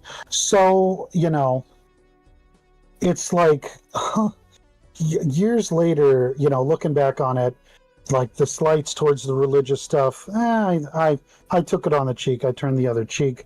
Everyone knew, I had taken ministry stuff. I had helped with the ministry. So I'm supposed to be the guy that could take the hit. But years of this constant abuse, I started becoming like the guy that talked back, and they didn't like that, And when I started talking back to Jason and started giving him his own medicine and, and the same bullshit, he did not like that. So. Yeah, he's one of those guys that can dish it but can't take it. Yeah. Yeah. Holy And shit. we had oh my God. We had a forum that was only friends on the forums for like 4 years, and he was on the forums and he was always complaining about something or other. And one day I just told him, Jason, I've told you to pray, I've told you to, I've told you to look into your faith and look at your faith and reflect on the actions that you do and the people that you surround yourself with. And he said, bro, I don't understand any of the fucking word salad that you ever speak. You're like fucking Yoda on Prozac. And I was like, all right. What? All right. So this guy needs help. I cannot give it. There is nowhere that is going to give him the help. And, he's got his own problems. Well, he wants to go do the ghost hunting stuff with me. Okay. He wants to do some tabletop gaming stuff with me. Okay. I am not going to amusement parks because that motherfucker threw a glass bottle into the air in the middle of Disneyland, and it smashed on the floor. And there are children walking in sandals and shit and booty shoes because, those kids are wearing like flats and stuff to go see their characters dressed in costume and stuff at Disneyland. And I'm like, oh my God, I can't take this guy anywhere. Yeah. And that's not the first time. He would throw glass bottles and cups out of the car while we're driving away from friends' houses. And it'd be like, Yahtzee! And this glass bottles breaking in the middle of the fucking road. That's a crime. And my buddy Mike remembers, my buddy John remembers, and I'm just like, this is major. Like, we have to go back, and we used to go back. We used to have to like call up our buddies whose house we left to go, yo, Jason, threw a bottle. We need you to go and like sweep that shit up. And it's been more than 2 or 3 times. So, Wow. LOL random humor. This idolizing Willy Wonka is some weird shit. This is the most rich kid energy behavior that I've heard in a long while. Yeah, it is. It's kind of sad, but it's also kind of funny at the same time. I mean, I'm sorry. I'm just going to say it. Like, yeah, this is the kid that Joey Ray raised, I guess. So, kind of His like, brother, his brother, better Yeah. dude, moved to Colorado, takes care of the mom, or lives with the family, or whatever it might be, has not gone down this path, whatever it might be. Did he have some, did he have some baggage? Yeah. Did me and him have bad blood? I told him he was just like his brother and living in the shadow of his brother, and the only way that he has any income was blowing his dad. He didn't like that. He took it to heart. I said, both you and your brother are drinking your daddy's milk, and we were fighting over ideologies at the time, and his brother was like, fuck you, Rob, I'm going to take your game and make it better than you ever had. And I said, you could go ahead, man. I've copywritten it, and that means that the system is protected by law, so if you try to do anything, I kind of got the leg up on you, because it's copywritten 1998, and from what I know, you're like, what, 8 years old back then? And he shut up, and it was probably, I probably shouldn't have said that stuff to him, but it was a heat of the moment thing. We were insulting each other, No, I get you. Heat of the moment, and words that you can't take back. No, I totally get it. I mean, well, it's nice to hear that his brother, at least, it sounds at least like his brother decided to clean his shit up and turn himself around. Hopefully he truly has, and hopefully he's a better model citizen than his brother, because... More well-adjusted. Yeah. Let's see. Have a family you need said, Loremaster, I don't think I could hate Jason more than I do. I did, but you somehow made me wish awful things on Jason. Well, don't do that. Here's the thing. Yeah, here's the thing, man. Jason is dealing with more than enough folks. Jason's personality has gone public. Jason's sins, which are far worse than the things that I have described, are all public. Like honestly, some teenager shit talking other teenagers and shit, and having like a history of trying to be spicy all random. That's that's not as bad as the stuff that I'm seeing out there. Correct. Him telling me that he allegedly put mice at school, the feeder mice, and released them into the school. That's fucked up. That is like, Yeah. I'm sorry, I'm a little funny. Fly paper on the toilets in the faculty bathroom. Goofy, stupid, not hacking the bathroom. Yeah, he definitely hacked the bathroom. With his body? Yeah, he probably did. But I mean, it's just, I can't get where that would give you clout. I had my CCNA, was that semester 1 certificate, on a wall. I had all these certificates. So my house was basically, when you would walk in, my family was very proud of all the certificates that I had on the wall. The Microsoft Office, all those certs that I had were on the wall. So he must have saw those and thought, oh, I've got to really wave a dick around to make myself look good in front of this dude, right? But the problem is, I wasn't judging him by his daddy or whether or not he made a game with the curriculum that I helped set up with Mrs. Virginia Mata in high school, with Mr. Standish and Mr. Martin and Mr. Martini, or any of those guys. Or I cannot for the life. Rest in peace, Virginia Mata, wonderful woman, wonderful teacher.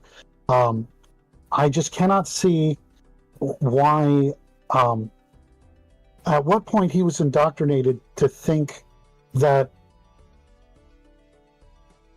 I'm at a loss for words. Yeah. To think that this fake persona would work with genuine friends, and then it works so well with all these, is it psychosocial personalities? or Psychosocial. Are you trying to say like genuine people, or are you trying to say like bullshitters, essentially? the bullshitters, all the people that are worshiping him. I mean, I would say like, that's the dark side of the internet. Is it feeds into such terrible feedback loops that create people into thinking they have to create these larger than life personas, because the fucking sad reality is these larger than life personas, spoiler alert to everyone in chat, you probably watch or have seen someone that's like a world-class bullshitter, and look how successful they get. Fucking Jason's at 2 million subs or whatever. Granted, Yeah. he's lost a Because they lot. work. Oh, yeah. He's lost a lot. Let's see. Tilly asked, has he gotten worse in streaming? Yes. Streaming made him worse, I would say. Streaming made him worse. I believe you could say he is a typical or atypical narcissist, with delusions of grandeur is in there, of course. I mean, I'd say he's inferiority complex, and that's why he bigs himself up so much. or his inferiority complex is totally inverted to a superiority complex where he has to provide,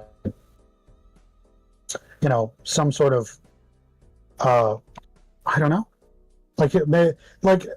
how some kids turn out really fucked up when they get the participation trophies? Yes. Yep. That's what those notes that he's posting as proof of his working at a company is. It's the participation trophy. It's the look at how they tongue my ass. Look at how they worship my feet. It's like, guy, your dad worked at that company. No one cares, and everyone that's like polishing your boots from when you worked at one private company for like half a year or a year. It's just not. It's not conducive to healthy mindset. Oh, and Toa just said it was parasocial. Yes, parasocial. So he's got a lot of folks following him parasocially. He's gotten worse. He's feeding his narcissism. Guys, he will not survive if he does not make that over $6,000 a month. He's got that $1.25 million mortgage, and he's got that other house, and what else does he got? He's got 5 moderators he's paying full-time. Full-time moderators, yeah, that is insane. He needs to get these people to go and find a trade skill, because as soon as AI can take over, people saying naughty words or making illusions that can, monitor phonetic spellings of things and say it out and nuke those posts and nuke those people, those folks will be out of a job. Well, but he won't do that because he doesn't believe in AI. Well, that's a problem that he's going to have to face, because he is losing members. And we the other day looked over how much money he made from his game, and it was sub $250,000. Yeah, it was like 400,000, something like that. But it's even less when you consider all the fees that he has to pay into. Yeah. And the fact it's been 10 years, so take that 300,000 and divide it amongst 10 fucking years. Yeah. Yeah, 100,000. That would be nice for 2 years, maybe even one. So I mean, I'm the working poor here in California. I pay for my son, I pay for myself, I pay the way for my elderly sick mother, and I'm taking care of stuff over here. But the company that I work with, we're paying the people that work for us. But when I look at Pirate Software and this boon that he has with this parasocial cult of personality that is feeding into him, I can't get my brain around it, and he's losing people. His cloud is gone, and the only way that the cloud will go back up is people decide to forget, and time heals all wounds, or he decides on another grift. The thing is, he's got over 50,000 people that have signed up to his Ashes of Creation accounts. So when Ashes of Creation goes public, he's going to be getting a little cash stipend from every account that is playing, that reserve their accounts under their emails. Yep. Yeah. So there are, there are other what we call satellite coals, drifts, whatever you want to call it, coming. Let's see. Pink Eye just said IIRC. He has 17 If I staff remember members. correctly. Wow. 17 staff members that he pays a 17 full wage staff to. members. That's a small Allegedly. company. Yeah, a proper small company, Akko, is like 50 or Yeah. something. I believe that over where I live, at least, that's the threshold. Yeah. But yeah, that's pretty much a small company, and he's gonna be burning money left and right. I can barely pay myself. What the fuck? FICA and Medicare. So FICA and Medicare alone for 15 people is over. Oh my God, over $23,000 a month. Yep. That's not paying them. That's FICA and Medicare if they're above board. The question is, are they above board? Yeah, exactly. And that's the thing. Touching back on what you said, like it's hard to wrap your head around it. Yeah, no, it's for genuine people. It's hard to understand these toxic, self-destructive mindsets, and I feel like that's really the key takeaway. Is just you can see it all laid out. It still doesn't make it's nonsensical until you just boil it down to its pure ego trip. And it's just being addicted to that high of, like you said, superiority. Yeah. And it's real disheartening to see, especially just seeing anyone go down this path. Oh, The no. other thing I wanted to touch on is, I get what you're saying, his cloud is shot to hell and all that, and money will, slowly leak away over time. However, I will say, since I'm the cynical man in this group, as I've seen with others, he will inevitably make a resurgence, because that's just how the internet is. The internet fucking forgets, and no matter how much people try to remind people, it's gonna take it happening all over a fucking again. It's only when something huge, monumental happens, like what's going on with iDubbbz. Well, Yeah. the thing is for the most part, unless you're a predator, people will forget and most likely forgive, unless, of course, like you mentioned, you're someone like iDubbbz. But even then, iDubbbz still has people that cares about him and will give him attention. So even iDubbbz is not immune to that punishment fully. Yep. Yeah. Just the way the internet works, sadly. Oh, yeah. Let's see. Someone's asking, TLA asking if he has a ferret rescue. Yes, he has a ferret rescue. It does not have charity status. That is weird. I don't know any more about that. I'm sorry, feels it like- does not have charity status? No. Feels like he's Oh, paying no. himself. Feels like he's paying himself. How That's does all it I not can say. have a charity status? What the fuck? Are we going the completionist route all over again? Is that going to be the next controversy? Yeah. Well, we won't have any exposers because Mutahar and Carl Jobst are both broke bitches and fake engineers. Yeah. Let's see. Deus Machina asks, do you think his game dev thing is just him trying to build up something for more grandstanding? Yes. As an old friend, the fact that he saw the furry fandom as a way to get money, as a grift,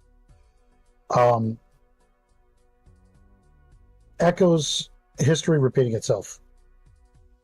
So if the furry fandom and the Second Life money ran out, and he went and did pen testing for a year and got a bunch of money and decided he was going to go and do his own games, and it sort of panned out to where he is now, I think that was probably a passion project that turned into, I can make more money streaming than I can making games. And that's where all the money is coming from. And I really feel like at some point he got lost in the sauce, and him updating, it's going to be the, you guys remember the Never Ending Story from the 80s, right? Yes. Yeah. Oh, it's classic. It is going to be the Never Ending Story. He is Atreyu, and the nothing is coming. But the problem is he has also become the nothing. You know, he is consuming everything that he creates and crapifying it, you know? Yeah. Yeah. And by acting in bad faith for Stop Killing Games, he defied an essential part of who he used to be, the rebel, the bad boy, the rebel, the one that giving everybody the flash drives full of all the games, you know? It's all a grift. It's all a grift now, and I can't say that I, as someone that used to know him, I could support any of that. Like, you'd hope that someone would go get help, but he's in such an echo chamber hug box. Someone said that on, what was that? Someone called an echo chamber hug box on one of the posts I saw on Kiwi Farms. And I was like, I love that idea, an echo chamber hug box. That's exactly what it is, you know? Yeah. Oh yeah, no, like when he was getting spanked for the Stop Killing Games thing, that's where he retreated to when he was just getting smacked around on Twitter and all that. He was just seething for the entire fucking day in Discord. Yeah. Yeah. Yeah. I mean, it's like, let's see, I'll say this, he was never raised by responsible parents. Hate me for it. If you want, I don't care. Let's see, that was Devastator? Yeah. Yeah, Devastator. You know, from the stories he told me about his mother, it's weird. He told all of us the story when his stepfather picked him up and he shit all over himself. If anyone remembers that. He said one time he was with his step family, his mom and stepfather, Okay. and apparently he was picked up and he was screaming so loud he shit himself. And I'm going, why is that a story you want to tell anybody? Why would you tell thousands of people? We're so sorry for you. We're so sorry for you. No one, like, a disgusting story about self-defecation is not something that you want to be known as. It's in one of his streams, you know? That's in one of his Jesus. streams? I'm surprised I haven't seen a clip of that before. Yeah, I haven't either. Yeah. What the fuck? That's... Chat, you have a new goal. Help me find that clip, because I want to laugh at it now. Because here's the thing. Yeah. Here's what I will tell you, chat. I have health problems. Guess what I don't tell you about? My health problems. Because you don't need to know. I don't even think Bull knows all of my health problems. I know a decent amount, but yeah. Needless to say, at least you don't announce to the world to where everyone calls you pants shitter McGee. Yeah, I wouldn't tell everybody. I wouldn't tell people if that actually was me. That's disgusting. It's like, reminds me of when iDubbbz' wife got up and said, "Do you remember that you always shit yourself?" And I'm just sitting here like, woman, why the fuck would if I like had a girlfriend, all right, and she did that, I'd be like, I'm divorcing your hoe ass right now for just you saying that. Oh yeah, it's like, get the fuck out of here, because that is purposely doing it to hurt someone, and that is the fact that he willingly did it though. Like, what? Was it just for the sympathy points, or do you really want to just be known as Pants Shitter McGee? Jason Pants Shitter McGee Hall. Fucking hell. Yeah. Let's see. TLA is asking, did you work with his father? Does his father act the same? Earlier I said no. Let's see. I never worked with his father. Like I said, I just get called in for market research and design consults and stuff like that. If you were to go to the general Discord for Akko, I posted that link some time ago. It's like blizzard.com/research, I believe. His dad was very, like, not militant, but rough with him. One alleged story Jason told me was his dad got a huge bag of Tang and walked in the house, and Jason goes, "Oh, hey, you got Tang." And his dad grabbed it and held it to his body and said, "Son, don't touch my Tang," and then walked into his room. Well, is that funny? Is that a euphemism for pussy? I mean, I don't get it. Is he, was that the story? Like, there should have been more to it, but like these stories are just like out of the blue, it's blindsided me, you know. From what you've said, it sounds like, you know, the dad was a bit of a flexer in of himself, so I'm not too surprised that Jason is essentially just the end point of that kind of mentality. Like, you know, flexing, you know, and trying to show off. Well, when it's your son's like buddies who are into cars, which I was at the time, that, you know, that wanted, you know, oh, hey, I got something in common with this kid. And then the kid basically goes, yeah, looks like something that came into the junkyard, you know. That takes the wind out of his sails, you know. Exactly. Like, obviously, it doesn't sound like he was pissed off at you for it. That's why I'm saying it's like, so how do I put this? So, Thor would be the evolution of someone that does that, because it's like, while, yeah, his dad probably is like, huh, you little shit, you know, yeah. But someone who is truly like, you know, hyped up on pure ego and just eating their own bullshit, they would get mad at that. That's what I'm trying to say, is he is the product of that taken to 11. Because I get what you're saying with his dad, because, you know, I've dealt with some Gen Xers. I know people like to be little shitters about things. Oh yeah. Well, I mean, like, to bookend that, like, Jason told me that his dad was a beach bum before he had the kids. So, I mean, there are a lot of other stories. We could save that for another time. But, you know, in being able for him to really batten down the hatches and provide for two sons and have the townhouse and have the, you know, have the space for them and be able to provide for them after they're out of high school, and give them that house into their 30s, and, you know, let Jason make the mistakes that he did. I think while that was providing the bare necessities, that was also somewhat of a disservice. Yeah, no, because it sounds like, you know, at least looking at it from Joey Ray's perspective, you know, the man might be a bit of a flexer, but he can 100% back up what he was doing. He locked the fuck in, you know, he pulled himself up and managed to, you know, be a dad that could provide, and that is respectable. But on the same turn, as you were getting at, it was not beneficial to the sons, because the sons didn't know hardship. Well, one son. The others got their shit together. Yeah, the one son did. Yeah. So Akko, did you have any other questions? Any other concerns? I really don't have anything else for you tonight. I do appreciate you being willing to come up here and talk about it. Obviously, since a lot of it is just your own personal experiences, we're not going to tell people to go out and obviously try and repeat a lot of this stuff. Obviously, it does come from not just you, but a couple other people who you've talked about said also experienced this stuff. And ask people not to bother Lore Master or any of the other people. If you have general questions, he's in my server, and if he wants to answer them, he's more than willing to, I'm sure. But sure.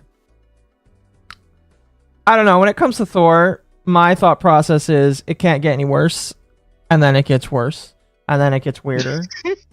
So I really don't know where we go from here when it comes to Jason. My thought process is, unless like he does something absolutely fucking reprehensible, we're not going to see him. We're just not going to see him being like, I don't know. I think he's going to obviously like retain what he's got. He's still going to lose people, and he's still going to have people like trickle away, but like I don't know. The hug box gets smaller and the people get more radical. Yeah. So it's like, oh man, Deus Machina is saying sharing the lore. We can say yeah. Anyway, I mean, we could talk more on Akko's general. I will be there for a bit longer. Just Yeah. don't keep the old man awake too long. He does have his curfew. Yeah, I'm not going to plug anything on this stream. I find it highly distasteful to do so. Like on another stream on a better topic, we could definitely do that. Okay. But you know, Absolutely.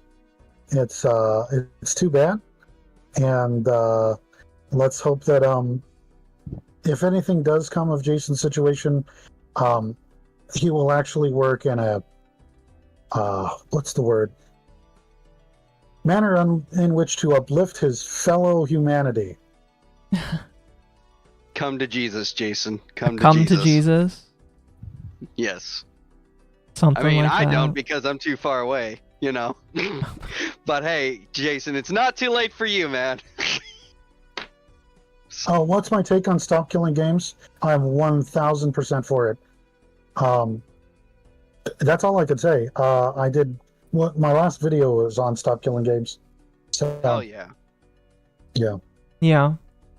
I think a lot of people are pretty much in agreement with that. I think my only mild concern is just the EU is the EU. But other than that, we got to take your Well, turn. I We mean- got to try with somebody. So, Yep. And I mean, There are so many properties that I've watched fall into obscurity. I weep. That's all I can say without getting into another diatribe. yeah, no, I feel you on that, dude. I appreciate you. I have old friends in the industry. I'm trying to save CDs from Interplay. Dude, they're yes. Yeah.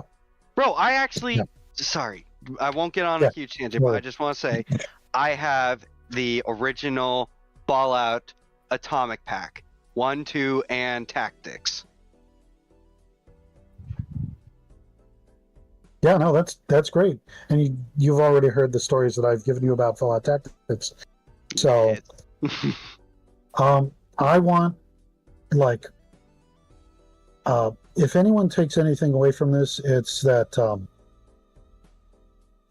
it's very possible that Lore has a form of Peter Pan syndrome. You know, he may never want to grow up. He's doing what he likes. He's entertaining folks. He's packaging everything as an education, but it's not. So, yeah, that's Arrested Development. that's all I can say. Yeah. Yes, Arrested Development is a good way to put it. My channel, which you can see on here, is same as my name, which is just youtube.com/@epicloremaster. So, Epic.